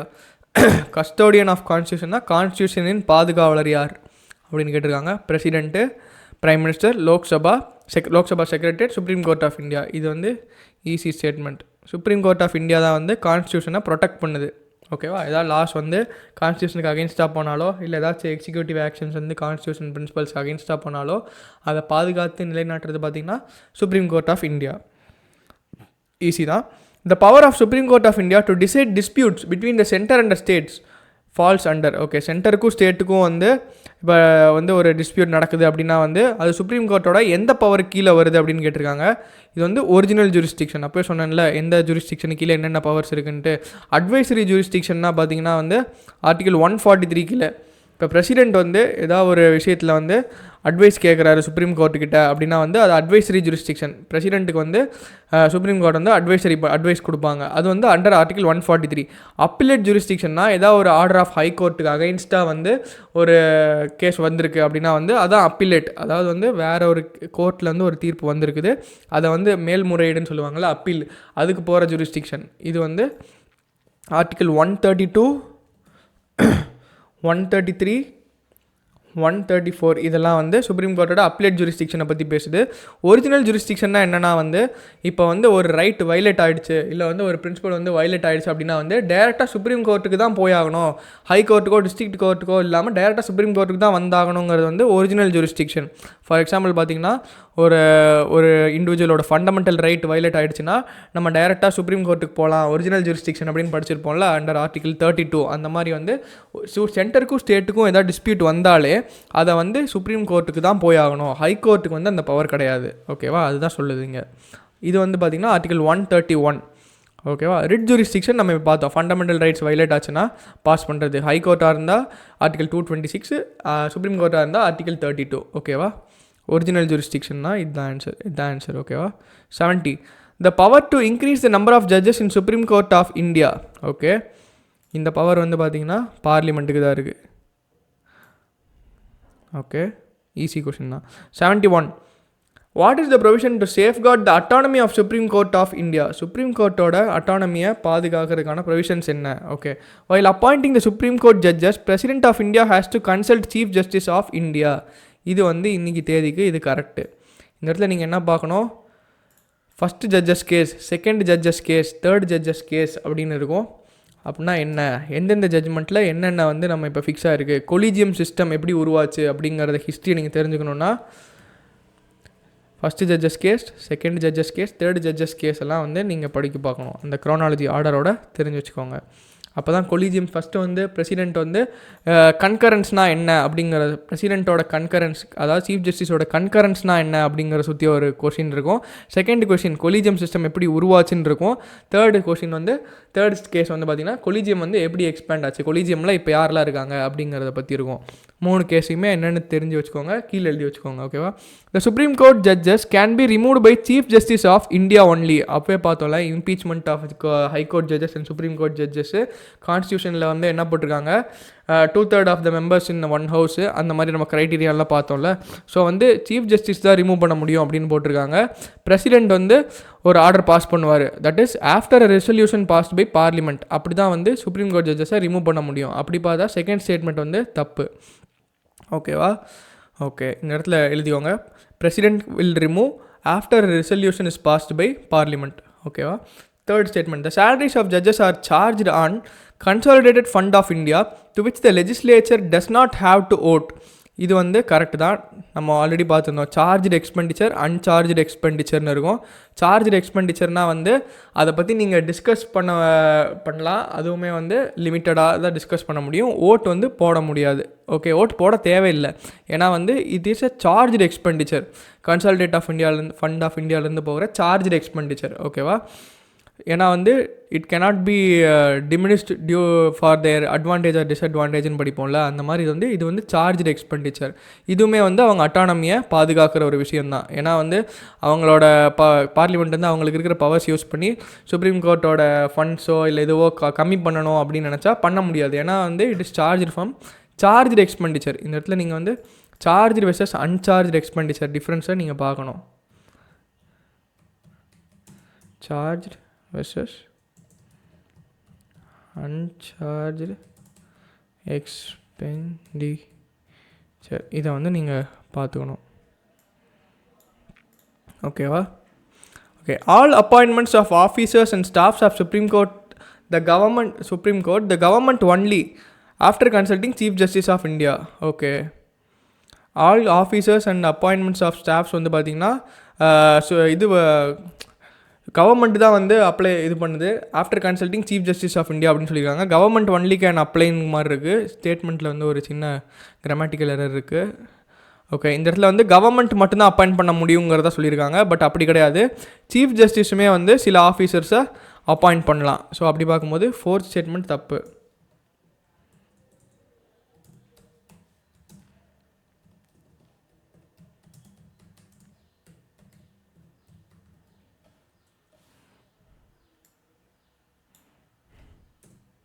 ஓகேவா? ஸோ வந்து ஆன்சர் இஸ் 1 and 3.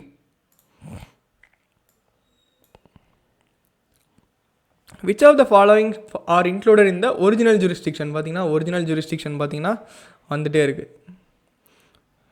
இது வந்து இதுக்கு ஃபேவரட்டான ஏரியான்னு நினைக்கிறேன் யூபிஎஸ்சிக்கு.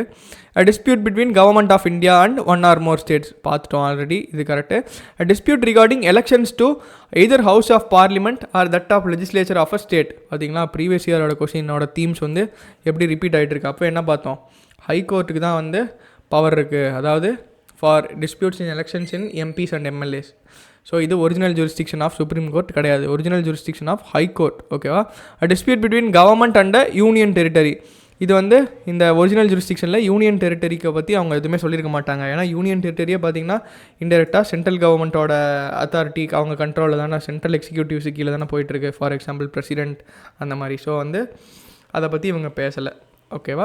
A dispute between 2 or more states. 2 ஸ்டேட்டுக்கு பிரச்சனை வந்தாலுமே வந்து அது வந்து சுப்ரீம் கோர்ட்டுக்கு கீழே தான் போய் ஆகணும். ஏன்னா ஹை கோர்ட்டுக்கு வந்து அந்த பவர்ஸ் கிடையாது. ஸோ இது ரெண்டும் தான் original jurisdiction of supreme court. ஓகேவா? ஓகே, 73 போயிடலாம். Consider the following statements. Supreme court of India tenders advice to president of India and matters of law or fact. இது பார்த்தோம்ல அப்போ ஆர்டிகல் 143 அட்வைசரி ஜூரிஸ்டிக்ஷன் அப்படின்னு சொல்லிட்டு ஆர்டிகல் 143. ஓகே, இப்போ எப்போ வந்து சுப்ரீம் கோர்ட் ஆஃப் இந்தியா இதை யூஸ் பண்ணும் அப்படின்னு சொல்லியிருக்காங்க. On its own initiative on any matter of larger public interest. இந்த மாதிரி சுப்ரீம் கோர்ட்டே வந்து ஆன் இட்ஸ் ஓன் இனிஷியேட்டிவ் வந்து அட்வைசரி ஜூரிஸ்டிக்ஷன் கீழே அதோட பவர்ஸ் யூஸ் பண்ணலாமான்னு கேட்டால் பண்ண முடியாது. பிரசிடென்ட் வந்து அட்வைஸ் கேட்டால் பண்ண முடியும். Only if the matters relate to the fundamental rights of citizens. எப்படிலாம் கிடையாது. ஆர்டிகல் 143 வந்து பியூராக பிரசிடென்ட் வந்து இந்த மாதிரி ஒரு அட்வைஸ் கேட்டால் மட்டும்தான் அட்வைசரி ஜூரிஸ்டிக்ஷனை சுப்ரீம் கோர்ட் யூஸ் பண்ண முடியும். ஸோ ஆன்சர் வந்து 2 only. இருக்கா? Okay, with reference to Lok Adalat. Okay, Lok Adalat அப்போ பார்த்தோம்ல, இது வந்து ADR mechanisms, alternate dispute resolution mechanism கீழே இருக்கிற ஒரு டூல். ஓகேவா? இது வந்து எந்த ஆக்டுக்கு கீழே இது பண்ணியிருக்காங்கன்னு பார்த்தீங்கன்னா NALS, national legal service authorities act 1987. அது கீழே தான் வந்து லோக் அதாலத்தை செட்டப் பண்ணியிருக்காங்க. ஓகேவா? Which are the following correct கேட்டிருக்காங்க. Lok Adalat have the jurisdiction to settle the matter at the pre litigation state and not those matters pending before கோர்ட்னு இருக்குல்ல, இது நாட் இருக்குது, இது தப்பு. Any cases pending before the court also can be taken in Lok Adalat. ஓகேவா? இது not வந்து இருக்கிறனால இந்த ஸ்டேட்மெண்ட் தப்பு. Lok Adalats can deal with matters which are civil and not criminal in nature. இது வந்து தப்பு. ஏன்னா சிவில் ப்ளஸ் கிரிமினல் ரெண்டுத்துக்குமே அவங்களுக்கு பவர் இருக்குது. Civil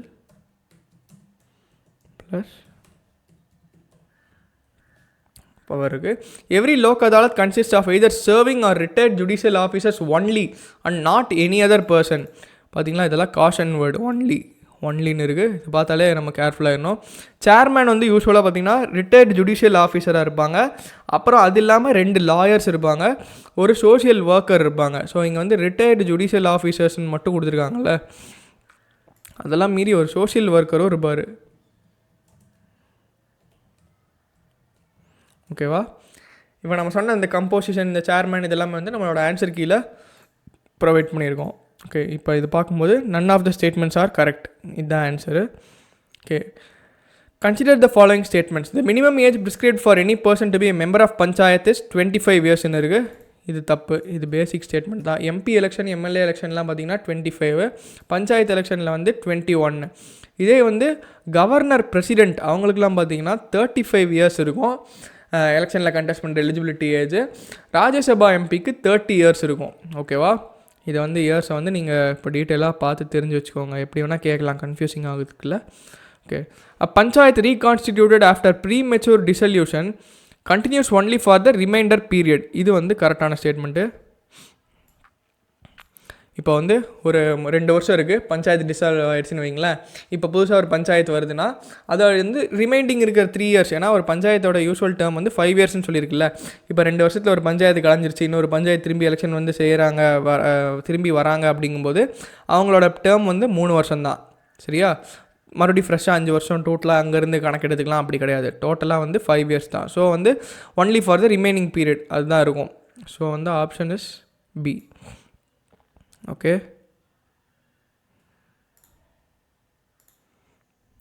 Okay. 76. The fundamental object of the Panchayati Raj system is to ensure which among the following. Okay. People's participation in development. இது correct தானே? இதுக்கு தானே 3rd tier of systemனு உருவாக்கியிருக்காங்க. 72nd and 73rd Constitutional Amendment Act வந்து உங்களுக்கு எல்லாமே ஞாபகம் வரணும். அப்புறம் வந்து பொலிட்டிக்கல் அக்கௌண்டபிலிட்டி, இதுக்காக இது கொண்டு வந்திருக்காங்களா, இது வந்து பார்ப்போம், பொறுத்திருந்து பார்ப்போம். டெமோக்ராட்டிக் டீசென்ட்ரலைசேஷன், இது வந்து அந்த ஆக்ட்லேயே இருக்குது. டெமோக்ரட்சியை வந்து டெமோக்ராட்டிக் இன்ஸ்டியூஷனை வந்து கீழ் லெவலுக்கு கொண்டு போகணும். ஓவர் சென்ட்ரலைசேஷன், அதாவது மேலே போகக்கூடாது, பீப்புளுக்கு கீழே ரீச்சபிளாக வந்து இன்ஸ்டியூஷன், கவர்மெண்ட் இன்ஸ்டியூஷன்ஸ் இருக்கணும். அதுதான் வந்து டெமோக்ராட்டிக் டீசென்ட்ரலைசேஷன். அப்புறம் வந்து ஃபைனான்ஷியல் மொபிலைசேஷன்னா இப்போ ப்ராஜெக்ட்ஸு இதெல்லாம் நடக்குது, அதெல்லாம் தேவையான ஃபைனான்ஸை வந்து கீழேருந்தே எடுத்துக்கணும் அப்படிங்கிறதுக்காக. இதுதான் வந்து பஞ்சாயத்து ராஜ் செட் பண்ணியிருக்காங்களா அப்படின்னு கேட்டிருக்காங்க. ஸோ இதுக்கு ஆன்சர் வந்து 1 and 3 தான். பட் ஸ்டில் இது வந்து 2 and 4 எல்லாத்தையும் சேர்த்து 1 2 3 4ன்னு போடுறவங்களும் இருக்காங்க. கொஞ்சம் வைடாக திங்க் பண்ணால் 2 4ன்னு தான் நம்ம இன்க்ளூட் பண்ணுவோம். பட் ஸ்டில் 1 and 3 தான் வந்து இதோட ப்ரைமரி அப்ஜெக்டிவ். ஓகேவா. 77. The government enacted the Panchayat Extensive Scheduled Areas Act. இது வந்து பார்த்திங்கன்னா இப்போ நம்ம மேலே பார்த்தோம்ல, இந்த பஞ்சாயத்து ராஜ் சிஸ்டம்ஸுக்காக இந்த பார்ட் 9A இதெல்லாம் கொண்டு வந்திருப்பாங்கள்ல. இதெல்லாம் வந்து பார்த்திங்கன்னா இந்த 5th ஷெட்யூல் 6th ஷெட்யூல் ஏரியாஸுக்கு அப்ளையே ஆகாது. ஓகேவா. இப்போ அந்த இருக்கிற பார்ட் 9A இதெல்லாம் வந்து நீங்கள் 5th ஷெட்யூல் ஏரியாவுக்கு வந்து நீங்கள் அப்ளை பண்ணணும் அப்படின்னா வந்து இந்த ஆக்ட் இருக்குல்ல, panchayat extension to scheduled areas act, இந்த மாதிரி ஆக்டை வந்து அந்தந்த ஸ்டேட் கவர்மெண்ட்ஸ் பாஸ் பண்ணால் மட்டும்தான் பஞ்சாயத்து ராஜோட ப்ரொவிஷன்ஸ்க்கு இருக்கிற ஆக்ட், இதோட ஆக்டோட ப்ரொவிஷன்ஸ் எல்லாமே வந்து 5th ஷெட்யூல்டு ஏரியாவுக்கு அப்ளை ஆகும். ஓகேவா. ஸோ இதோட மெயின் பர்பஸ் என்னது, to extend part 9 to scheduled areas. அதுக்கு தான் வந்து இந்த ஆக்ட் பாஸ் பண்ணுறாங்க. ஓகேவா. ஸோ இதுக்கு என்னது, to provide self governance which of the following is நாட்னு கேட்டிருக்காங்க. ஓகேவா, not identified. Okay, first one to provide self governance, அதுக்கு தான் PESA ஆக்ட் வருது. To recognise traditional rights, okay, அதுக்கும் தான் வருது. To create autonomous regions in tribal areas, இது வந்து பார்த்திங்கன்னா தப்பு. அட்டானமஸ் ஏரியாஸ் வந்து பார்த்திங்கன்னா 6th ஷெட்யூலுக்கு கீழே வருது. ஸோ இதுக்கு வராது. அட்டானமஸ் ரீஜன்ஸ்லாம் வந்து 6th ஷெட்யூல் ஏரியாஸுக்கு கீழே வரும். PESA ஆக்ட் வந்து 5th ஷெட்யூல். ஓகேவா, அந்த ஏரியாவுக்கு வருது. To free tribal people from exploitation, இது கரெக்டு தான். இது ஆக்சுவலாக இந்த PESA ஆக்ட் வந்து பார்த்திங்கன்னா எந்த கமிட்டி ரெக்கமெண்டேஷன் படி செட்டப் பண்ணியிருக்காங்க அப்படின்னு பார்த்தீங்கன்னா திலீப் சிங் பூரியா கமிட்டி. திலீப் சிங் பூரியா கமிட்டி, இதை ஞாபகம் வச்சுக்கோங்க. இந்த ஷெட்யூல்டு ஏரியாஸை வந்து கொஞ்சம் கேர்ஃபுல்லாக பார்த்துக்காங்க. இது UPSCயோட one of the favourite area மாதிரி. பிரசிடென்ட் எதுக்கெல்லாம் பவர் இருக்குது, கவர்னருக்கு என்னென்ன பவர்லாம் இருக்குது, எந்தெந்த ஏரியாஸ்லாம் 5th ஷெட்யூல் 6th ஷெட்யூலில் இன்க்ளூட் ஆகிருக்கு, ட்ரைபல் அட்வைசரி கவுன்சில்னா என்ன, ட்ரைபல் அட்டானமஸ் கவுன்சில்னா என்ன, இதெல்லாமே வந்து டீட்டெயிலாக ஒரு ப்ரொவிஷன் கூட விடாமல் ஞாபகம் வச்சுக்கோங்க. கொஷின்ஸாக இந்த ரிப்பீட்டடாக இந்த மாதிரி சின்ன சின்ன ஏரியாஸ்லேருந்து கேட்குறாங்க. ஓகேவா. ஃபஸ்ட்டு 20 லெசன்ஸ், ஃபஸ்ட்டு 15 லெசன்ஸ் மட்டும் கான்சன்ட்ரேட் பண்ணால் போதும் அப்படிங்கிற மாதிரி நோஷன்ஸ்லாம் வந்து பாலிட்டியில் எப்போ உடஞ்சி போச்சு. ஃபுல் புக்கையும் நீங்கள் கான்சன்ட்ரேட் பண்ணி ஈக்குவல் இம்பார்ட்டன்ஸில் படிச்சு தான் ஆகணும். ஓகேவா. இந்த ஏரியாஸ் கவர்ட் அண்டர் இந்த PESA ஆக்டை பற்றி தான் again question. What is the role or power of Gram Sabha? ஓகேவா. Gram Sabha has the power to prevent alienation of land. Alienation of லேண்ட்னா ஒன்றும் இல்லை, இப்போ வந்து ஒரு ட்ரைபல் குரூப்ஸ் இருக்காங்கன்னா அவங்களோட லேண்டை வந்து வேறு சில மணி லெண்டர்ஸோ இல்லை சில அவுட் சைடர்ஸோ வந்து அவங்ககிட்டருந்து தட்டி பறிச்சிக்க முடியாது. ஸோ வந்து அதுக்கான பவர்ஸ் வந்து கிராம் சபாக்கு கொடுத்துருக்காங்க. ஸோ ஓகேவா, இது statement correct. Gram Sabha has the ownership of minor forest produce, இது கரெக்டு. அந்த ஏரியாஸில் இருக்கிற minor forest produce leaves, fruits, bamboos, இந்த மாதிரி சில இதுக்கெல்லாமே வந்து கிராம் சபாவுக்கு தான் ஓனர்ஷிப் இருக்குது. ஓகேவா, மக்களோட நேச்சுரல் ரிசோர்ஸஸ் வந்து மக்களுக்கே சொந்தம்ங்கிற மாதிரி கான்செப்ட் இது correct. Recommendation of Gram Sabha is required for granting prospecting licence or mining licence for any mineral in the scheduled areas. Any minerals இருக்குல்ல, இது வந்து தப்பு. கிராம் சபாவோட பெர்மிஷன் வந்து பார்த்திங்கன்னா மைனர் மினரல்ஸுக்கு மட்டும்தான் தேவை. மைனர் மினரல்ஸ் ஒன்லி, மைனர் மினரல்ஸுக்கு தான் அவங்க பெர்மிஷன் தேவை. மைனர் மினரல்ஸ் இல்லாத சில major minerals, critical minerals, strategic மினரல்ஸ்லாம் இருந்துச்சுன்னா கிராம் சபாவோட பெர்மிஷன் வாங்கணுங்கிறது அவசியம் கிடையாது. ஓகேவா, so option is only 1 and 2. இப்போ நீங்கள் என்ன பார்க்கணுன்னா மேஜர் மினரல்ஸ், மைனர் மினரல்ஸ் வித்தியாசம் என்னென்னலாம் எதில் இன்க்ளூட் ஆகிருக்கு. மேஜர் வெர்சஸ் மைனர் மினரல்ஸ் என்ன, அப்புறம் வந்து ஸ்டேட் கவர்மெண்ட்டோட பவர்ஸ் என்ன, சென்ட்ரல் கவர்மெண்ட்டோட பவர்ஸ் என்ன with respect to these minerals. எந்த மினரல்ஸ்க்கு யாருக்கு பவர் இருக்குது அப்படின்னு பார்த்து வச்சுக்கணும். ஓகேவா, 79 போயிடலாம். Consider the following statements. In India metropolitan planning committee. Metropolitan planning கமிட்டினா இதோட ஆர்டிக்கல் வந்து நீங்கள் ஞாபகம் வச்சுக்கணும். Article 243 ZE of Part 9A.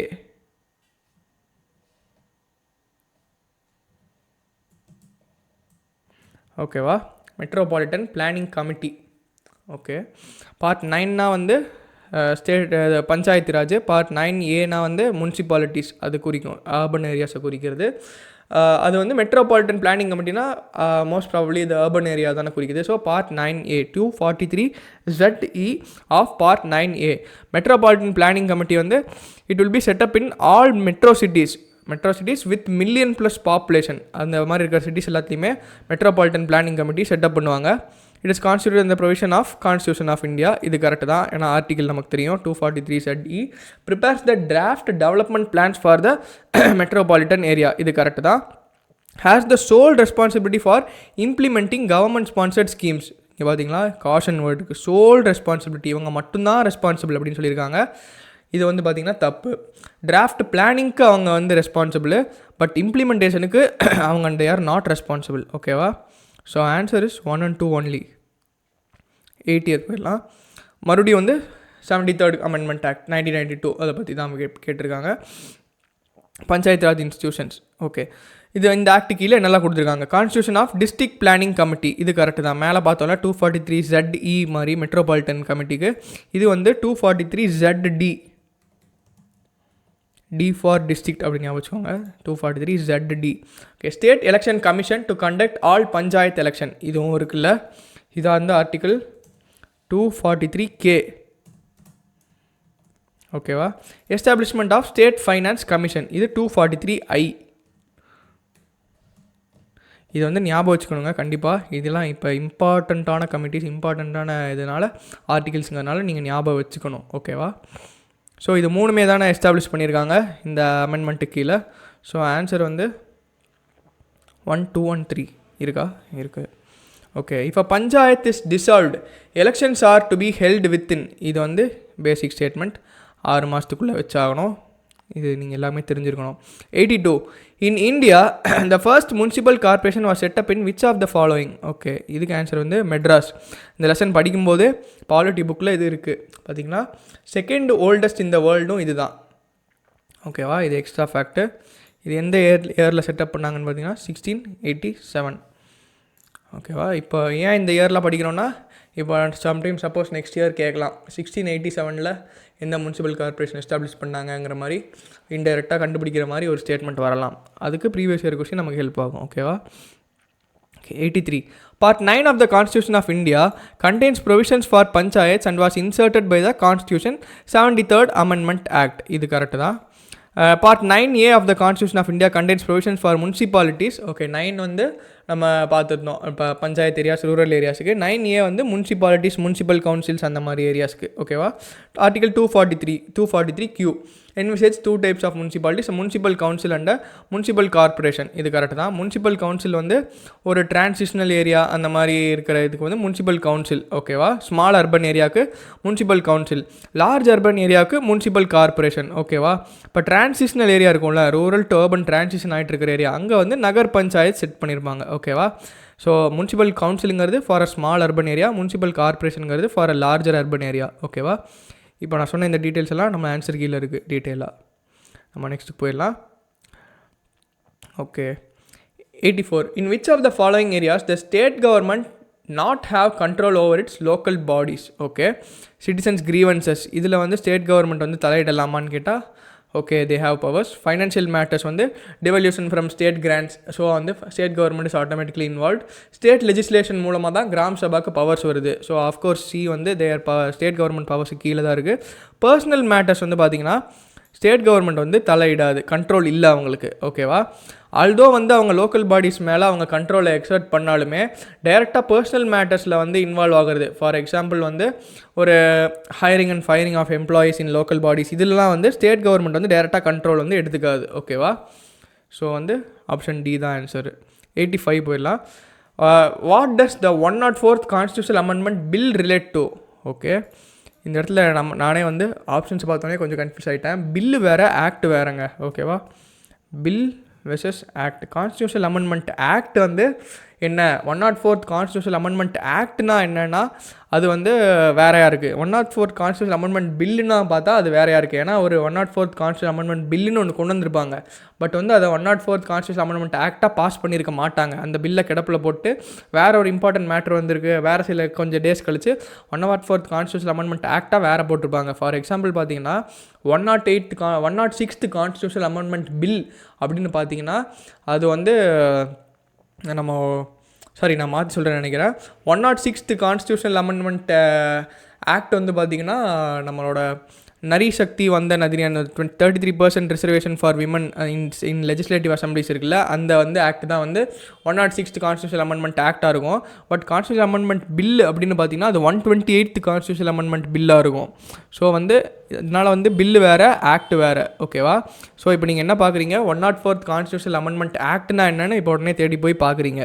கொஷினில் கேட்டிருக்கிறது பில்லு. இதுக்கு ஆன்சர் வந்து பார்த்தீங்கன்னா providing quota to educationally and socially backward classes in private educational institutions, இதுக்காக தான் இந்த பில்லு கொடுத்துருக்காங்க. ஓகேவா.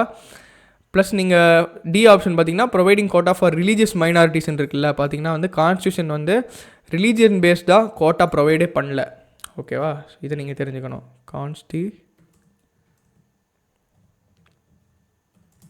டஸ் not give quota based on religion, இதை நீங்கள் ஞாபகம் வச்சுக்கணும். ஓகேவா. ஸோ இப்போ நீங்கள் இந்த இது தெரியவே இல்லைனாலும் இதை பார்த்தோன்னே இந்த டி எலிமினேட் பண்ணியிருக்கலாமா. இப்போ பிக்கு வாங்க. Introduction of dual citizenship. இந்தியாவில் டியூயல் சிட்டிசன்ஷிப்பே கிடையாது. ஓகேவா.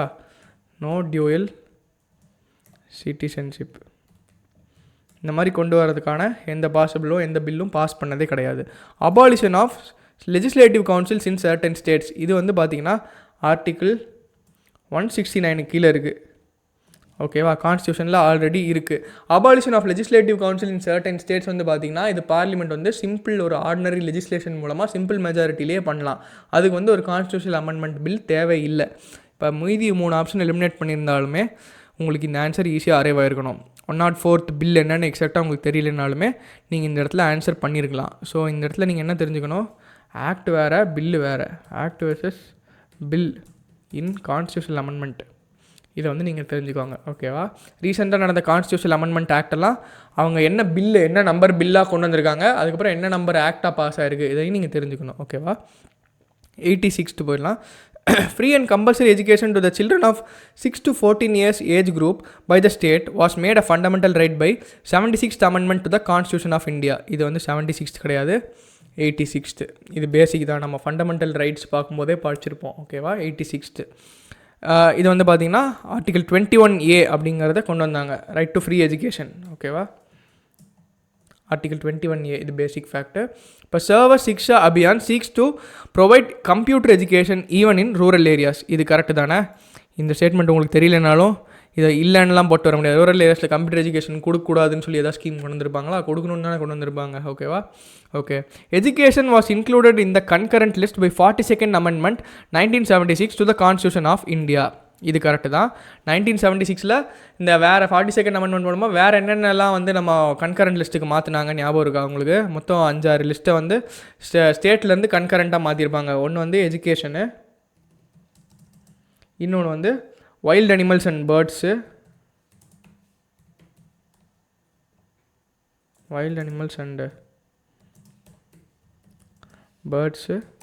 அப்புறம் வந்து பார்த்திங்கன்னா அட்மினிஸ்ட்ரேஷன் ஆஃப் ஜஸ்டிஸு. இப்போ நான் குவிக்காக ஜஸ்டிஸ்னு போடுறேன், நம்ம ஆன்சர் கீழே நீட்டாக பெருசாக இருக்குது. ஓகேவா? அப்புறம் வெயிட்ஸ் அண்ட் மெஷர்மெண்ட் இது எல்லாமே வந்து பார்த்திங்கன்னா, அப்புறம் ஃபாரஸ்ட்டு, அப்புறம் வெயிட்ஸ் அண்ட் மெஷர்மெண்ட் இது எல்லாமே வந்து ஃப்ரம் ஸ்டேட் லிஸ்ட்லேருந்து கன்கரண்ட் லிஸ்ட்டாக மாற்றினாங்க. ஓகேவா? ஸோ இதை நீங்கள் தெரிஞ்சுக்கணும். அப்புறம் 86th Amendment apart from fundamental rights வேறு என்னெல்லாம் ஆட் பண்ணாங்க உங்களுக்கு ஞாபகம் இருக்கா? 86th Amendment 51A அதாவது ஃபண்டமெண்டல் டியூட்டிஸ் இருக்குல்ல, அதுலேயுமே ஒன்று இருக்குது. அதுலேயுமே ஒன்று ஆட் பண்ணியிருக்காங்க. அது என்னென்னா வந்து parents and guardians are responsible for providing education for their children between the ages of 6 and 14 years. இது வந்து ஃபண்டமெண்டல் டியூட்டி. அதாவது 86th Amendment வந்து fundamental rights, fundamental duties, DPSP மூணுமே அமெண்ட் பண்ணியிருப்பாங்க. எஃப்ஆர் அது வந்து article 21A right to free education. ஓகேவா? இப்போ ஃபண்டமெண்டல் டியூட்டிஸ் அதாவது என்னது, பேரண்ட்ஸ் அண்ட் கார்டியன்ஸ் வந்து 6 to 14 years உள்ள ஸ்டூடெண்ட்ஸை படிக்க வைக்கிறது அவங்களோட டியூட்டி. ஓகேவா? அப்புறம் டிபிஎஸ்பி அது என்னது, ஆர்டிகல் 45 இன்னொரு டிபிஎஸ்பி ஆட் பண்ணியிருக்காங்க. அது என்னென்னு பார்த்தீங்கன்னா early childhood care and education for children under age of 6, ECCன்னு சொல்லுவாங்களா, early childhood care and education. அந்த ரெஸ்பான்சிபிலிட்டி வந்து டிபிஎஸ்பியில் வச்சுருக்காங்க under age 6. So 86th Amendment ஆக்டில் 3 இருக்குது. ஒன்று fundamental right, fundamental duty, DPSP. ஓகேவா? இதை நீங்கள் ஞாபகம் வச்சுக்கணும். So answer is 2 and 3. ஏன்னா 1 வந்து தப்பாக கொடுத்துருக்காங்க நம்பர். ஓகே, 87th போயிடலாம். The constitution 98th Amendment act. ஓகேவா? ஆக்ட் தான் கேட்டிருக்காங்க. ஸோ இந்த இடத்துல பிரச்சனை இல்லை. 98th ஆக்ட் வந்து பார்த்தீங்கன்னா constitution of the national judicial commission. இது ஈஸியானது தான். நான் போய் ஜட்ஜஸ் கேஸ் பார்க்க சொன்னேன்ல, 1, 2, 3 தேர்ட் ஜட்ஜஸ் கேஸ்னா அந்த மாதிரி 4th ஜட்ஜஸ் கேஸ்னால் என்னென்னு தெரிஞ்சுக்கோங்க. ஓகேவா? 4th judges case. அப்புறம் நேஷ்னல் ஜுடிஷியல் அப்பாயின்மெண்ட்ஸ் கமிஷன் அப்படின்னு சொல்லிட்டு ஒன்று செட்டப் பண்ண போய் அதை சுப்ரீம் கோர்ட் வந்து it is unconstitutional, ultra vires of the parliament அப்படின்னு சொல்லி அதை ரத்து பண்ணி இந்த மாதிரி ஒரு டிபேட்லாம் இருக்குது. அதாவது இப்போ நீங்கள் என்ன பார்க்கணும், ஜுடிஷியரி வெர்சஸ் எக்ஸிக்யூட்டிவ்.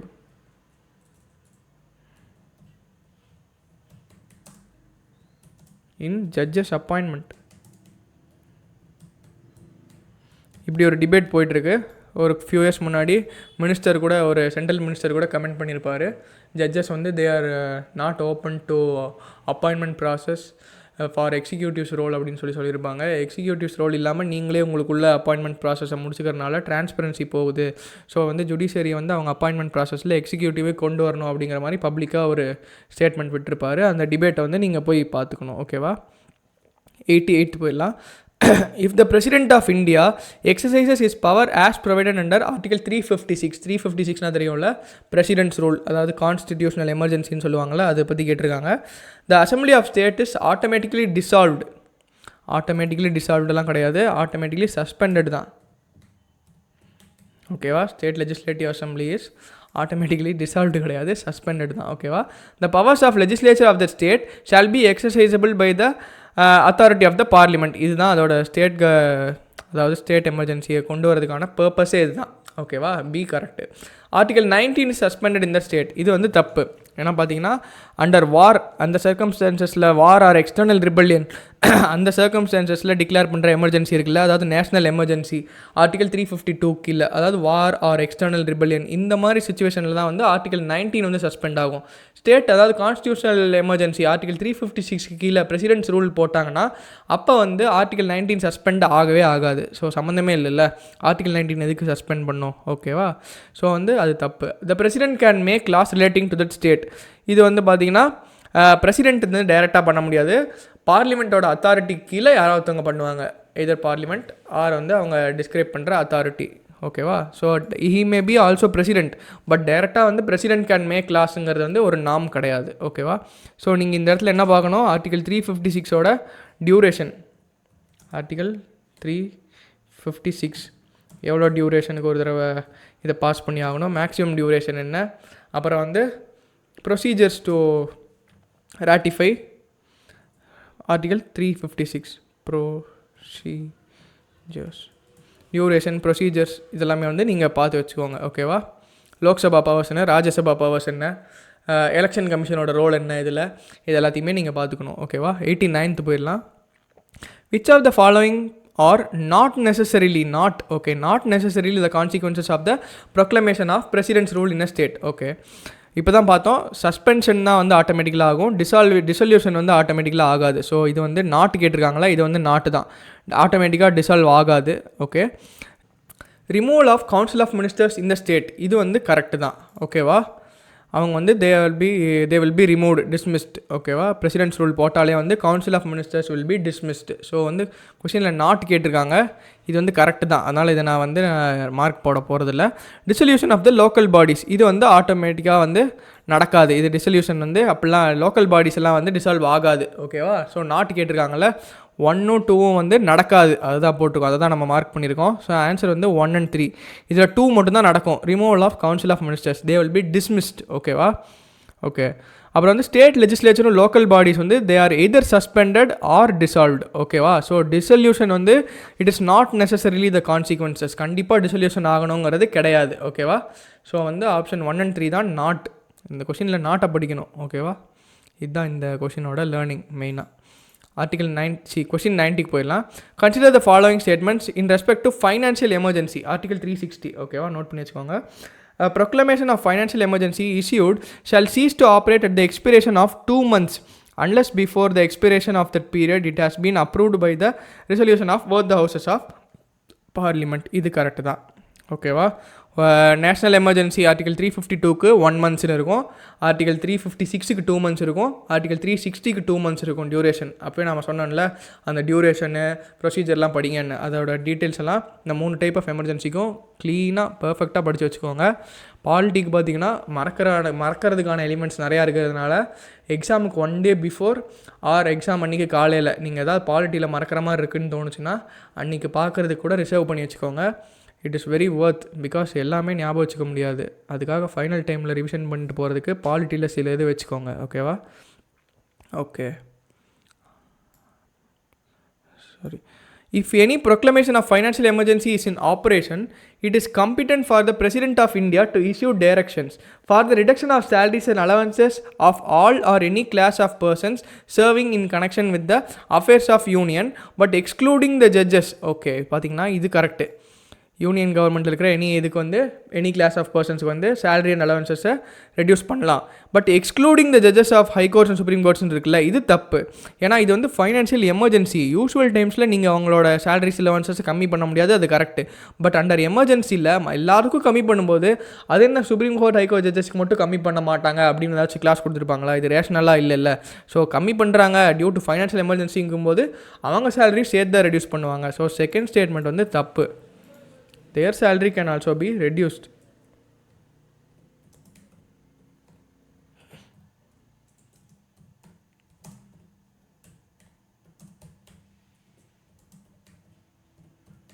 ஓகேவா? இதை ஞாபகம் வச்சுக்கோங்க நீங்கள்.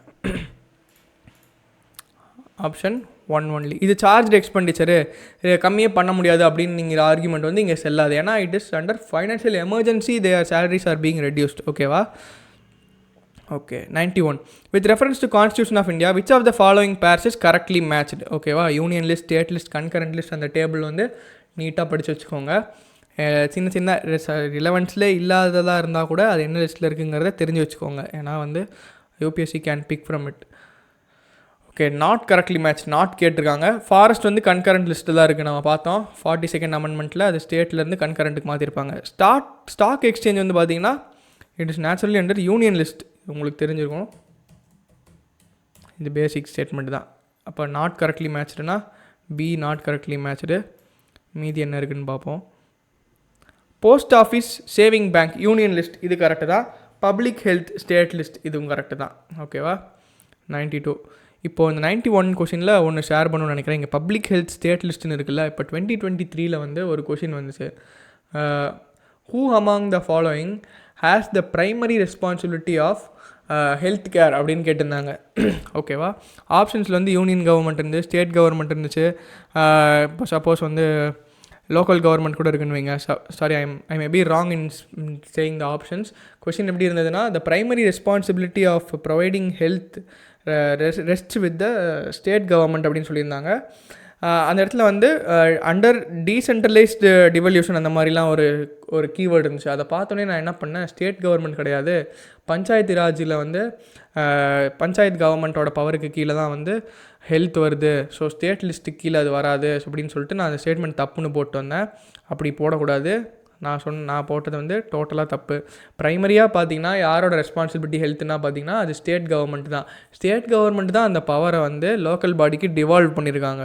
ஓகேவா? இந்த மாதிரி ஓவர் திங்க் பண்ணி தப்பு பண்ணக்கூடாதுங்கிறதுக்காக இதை நான் சொன்னேன். நீங்கள் 2023 கொஷினை பார்க்கும்போது இதை ஞாபகம் வச்சுக்கோங்க. Under the decentralised devolution model the primary responsibility of providing health care lies with the state அப்படின்னு இருந்துச்சு.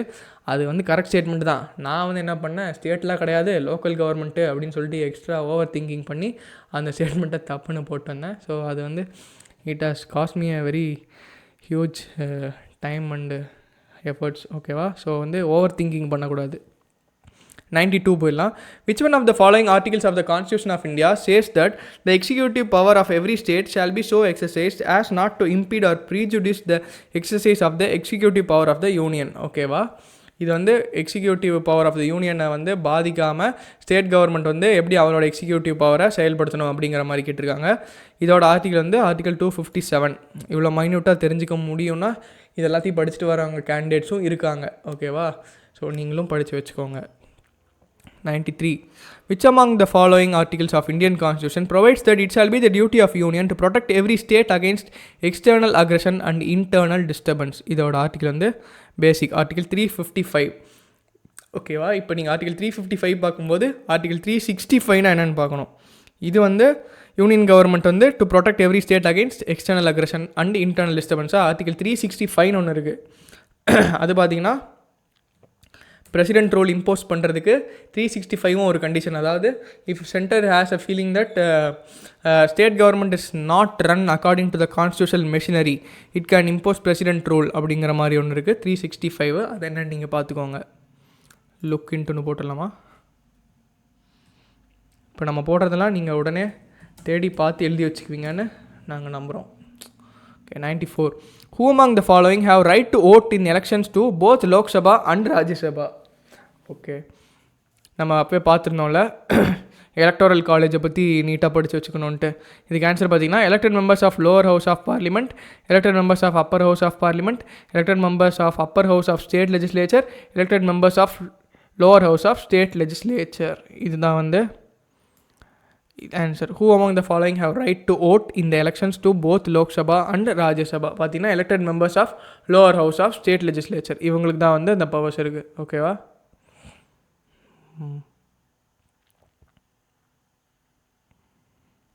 Okay. 95. Which among the following states of India does not have a legislative council so far as, even though the Constitution 7th Amendment Act 1956 has provided for it? இதுக்கு answer வந்து மத்திய பிரதேஷ் தான். இப்போ வந்து polity புக்கில் கொடுத்துருக்காங்க எந்தெந்த ஸ்டேட்ஸ்லலாம் வந்து லெஜிஸ்லேட்டிவ் கவுன்சில் இப்போ இருக்குது அப்படின்னு சொல்லி கொடுத்துருக்காங்க. இந்த மகாராஷ்டிரா, பீகார், கர்நாடகாலாம் இப்போயுமே இருக்குது, மத்திய பிரதேஷில் இல்லை. இது தெரிஞ்சுதான் நீங்கள் வந்து போட்டிருந்துருக்கலாம். இப்போ legislative assembly of a state வந்து ஹிந்தியில் அதுக்கு பேர் பார்த்திங்கன்னா விதான் சபா, லெஜிஸ்லேட்டிவ் கவுன்சில்னா விதன் பரிஷத். ஓகேவா? இதை நீங்கள் ஞாபகம் வச்சுக்கணும். ஓகே, 96 போயிடலாம். Consider the following statements about interstate water disputes. Sorry. The ad hoc tribunal to be set up for the adjudication of interstate water disputes is provided in the Constitution of India. கான்ஸ்டியூஷனில் provide பண்ணியிருக்காங்கன்ட்டு ஒரு 20 question வந்துருச்சாட்ருக்கு ஒரு கொஷினில். இது வந்து பார்த்திங்கன்னா கான்ஸ்டியூஷனில் சொல்லலை. Interstate water disputes act இதுக்கு கீழே தான் ஆட்ஹாக் ட்ரைபுனல் செட்டப் பண்ணணும்னு சொல்லியிருப்பாங்க. கான்ஸ்டியூஷனில் அப்படி சொல்லலை. ஓகேவா? ஃபஸ்ட்டு ஸ்டேட்மெண்ட் தப்பு. According to the Interstate Water Disputes Act, the decision of tribunal would be final and binding on the parties to the dispute. இது கரெக்டு தான். ஏன்னா சுப்ரீம் கோர்ட்டுக்கு சும்மா போய் நிற்கக்கூடாது அப்படிங்கிறதுக்காக தான் இந்த மாதிரி வந்து சென்ட்ரல் கவர்மெண்ட் வந்து இந்த மாதிரி ஒரு டிஸ்பியூட்ஸ் ஆக்ட் ஃபார்ம் பண்ணி அதுக்கு இண்டிபெண்டன்ட் ட்ரைபுனல் ஒன்று ஃபார்ம் பண்ணியிருப்பாங்க. அதோட டெசிஷன் தான் ஃபைனல் பைண்டிங்னுமே சொல்லி அந்த ஆக்டில் மென்ஷன் பண்ணியிருக்கு. பட் ஸ்டில் இப்போ ப்ராக்டிக்கலாக பார்த்தீங்கன்னா இந்த ட்ரைபுனல் டிசிஷனை சேலஞ்ச் பண்ணி மறுபடியும் சுப்ரீம் கோர்ட்டு கூட போகிறாங்க. ஓகேவா? பட் வந்து எக்ஸாமில் கொஷினாக கேட்டால் இட் இஸ் ஃபைனல் அண்ட் பைண்டிங்னு கேட்டால் yes, it is final and binding according to law books. ஓகேவா? இந்த இடத்துல நீங்கள் என்ன பார்க்கணும்? Look into article 262. இதுதான் வந்து இன்டர்ஸ்டேட் வாட்டர் டிஸ்பியூட்ஸை பற்றி பேசுகிற ஆக்ட், பேசுகிற ஆர்டிக்கிள். ஓகேவா? அப்புறம் வந்து மேஜர் வாட்டர் டிஸ்பியூட்ஸ் என்ன, இது வரைக்கும் என்னென்ன ரிவர் போர்ட்ஸ்லாம் செட்டப் பண்ணியிருக்காங்க, இதெல்லாமே வந்து நீங்கள் பார்க்கணும். ஓகேவா? 97 போயிடலாம். Which of the following were recommendations of Sarkaria Commission with reference to Office of Governor?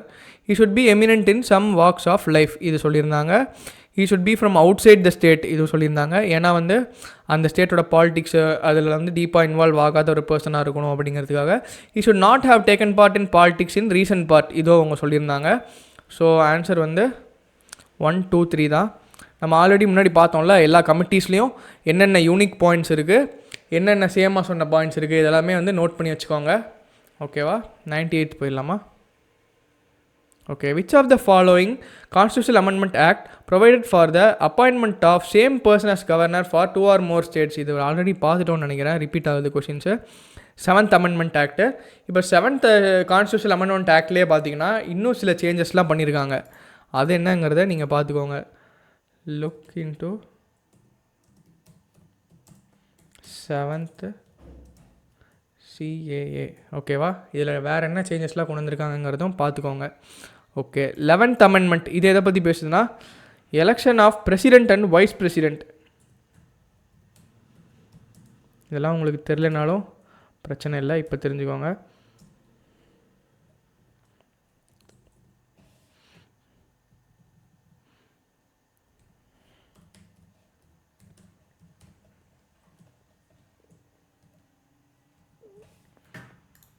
Sorry, election of president and vice president 11th amendment எழுதிக்கோங்க, சம் ஸ்டக் ஆகுது. 24th அமெண்ட்மெண்ட், 42nd அமெண்ட்மெண்ட் இது ரெண்டுலேயும் என்னென்ன ப்ரொவிஷன்ஸ் இருக்குங்கிறத பார்த்துக்கோங்க. இதை நம்ம டீட்டெயில்டாக வந்து நம்மளோட ஃபஸ்ட்டு பாலிட்டி டெஸ்ட் வீடியோ இருக்குல்ல அதில் போட்டிருப்போம். 42nd அமெண்ட்மெண்ட்டுங்கிறது ஒரு மினி கான்ஸ்டியூஷன் மாதிரின்னு சொல்லியிருப்பாங்கள்ல, அதில் என்னென்ன ப்ரொவிஷன்ஸ் இருக்குது, 24th அமெண்ட்மெண்ட் என்னென்ன ப்ரொவிஷன்ஸ் கொண்டு வந்திருக்காங்க, இது எல்லாத்தையுமே நீங்கள் லேர்ன் பண்ணிக்கோங்க. ஓகேவா? 99th போயிடலாம். With reference to the family courts act. Okay. Family courts act. The act mandates the state government to set up one family court in every district. Okay, பார்த்தீங்களா? 1 இருக்குது, எவ்ரி. இந்த மாதிரி ஒவ்வொரு டிஸ்ட்ரிக்ட்டுக்கும் ஒன்று அப்படிங்கிற மாதிரி சொல்லியிருக்காங்களா அப்படின்னு பார்த்தீங்களா? இல்லை. என்ன க்ரைட்டீரியானா in cities and towns with over 1 million people அவங்களுக்கு தான் வந்து ஃபேமிலி கோர்ட் செட்டப் பண்ணணும் அப்படின்னு சொல்லி அந்த ஆக்ட் மேண்டேட் பண்ணியிருக்கு. நீங்கள் டைப் பண்ணிக்கோங்க, இல்லைனா ஆன்சர் கீ பார்த்துக்கோங்க. There is some technical issue here. ஓகேவா? In cities and towns with over 1 million people இதுதான் க்ரைட்டீரியா. எவ்ரி டிஸ்ட்ரிக்ட்டுங்கிறது கிடையாது. ஸோ ஃபஸ்ட்டு ஸ்டேட்மெண்ட் தப்பு. The act provides for one right of appeal which shall lie to the high court. இது கரெக்டான statement. இப்போ நம்ம அப்போயே பார்த்தோம்ல, கிராம நியாயாலயா அதோட டெசிஷனுக்கு அகெயின்ஸ்டாக அப்பீல் இருக்குது. ஃபேமிலி கோர்ட் அதோட டெசிஷனுக்கு அகெயின்ஸ்டாக one right to appeal before high court இருக்குது. ஓகேவா? லோக் அதாலத் அதுக்கு வந்து இல்லை. ஓகேவா? இந்த இதான் ஞாபகம் வச்சுக்கணும். ஆன்சர் வந்து 2. Okay. 100th. With reference to ordinance making power of president, consider the following statements. Ordinance making powerனாலே நமக்கு ஞாபகம் வருது. பிரசிடென்ட்டுக்குனா ஆர்டிகல் 123, கவர்னர்னா ஆர்டிகல் 213 இப்படி ஞாபகம் வச்சுக்கோங்க. ஓகேவா? He can promulgate an ordinance only when both the houses of parliament are not in session. இது வந்து correct statement. 2 ஹவுஸ்லேயுமே வந்து செஷனில் இல்லாத போது தான் ஆர்டினன்ஸ் மேக் பண்ண முடியும். ஒரு ஹவுஸ் செஷனில் இருந்தாலுமே ஆர்டினன்ஸ் ரூட்டை எடுக்க முடியாது. ஓகேவா?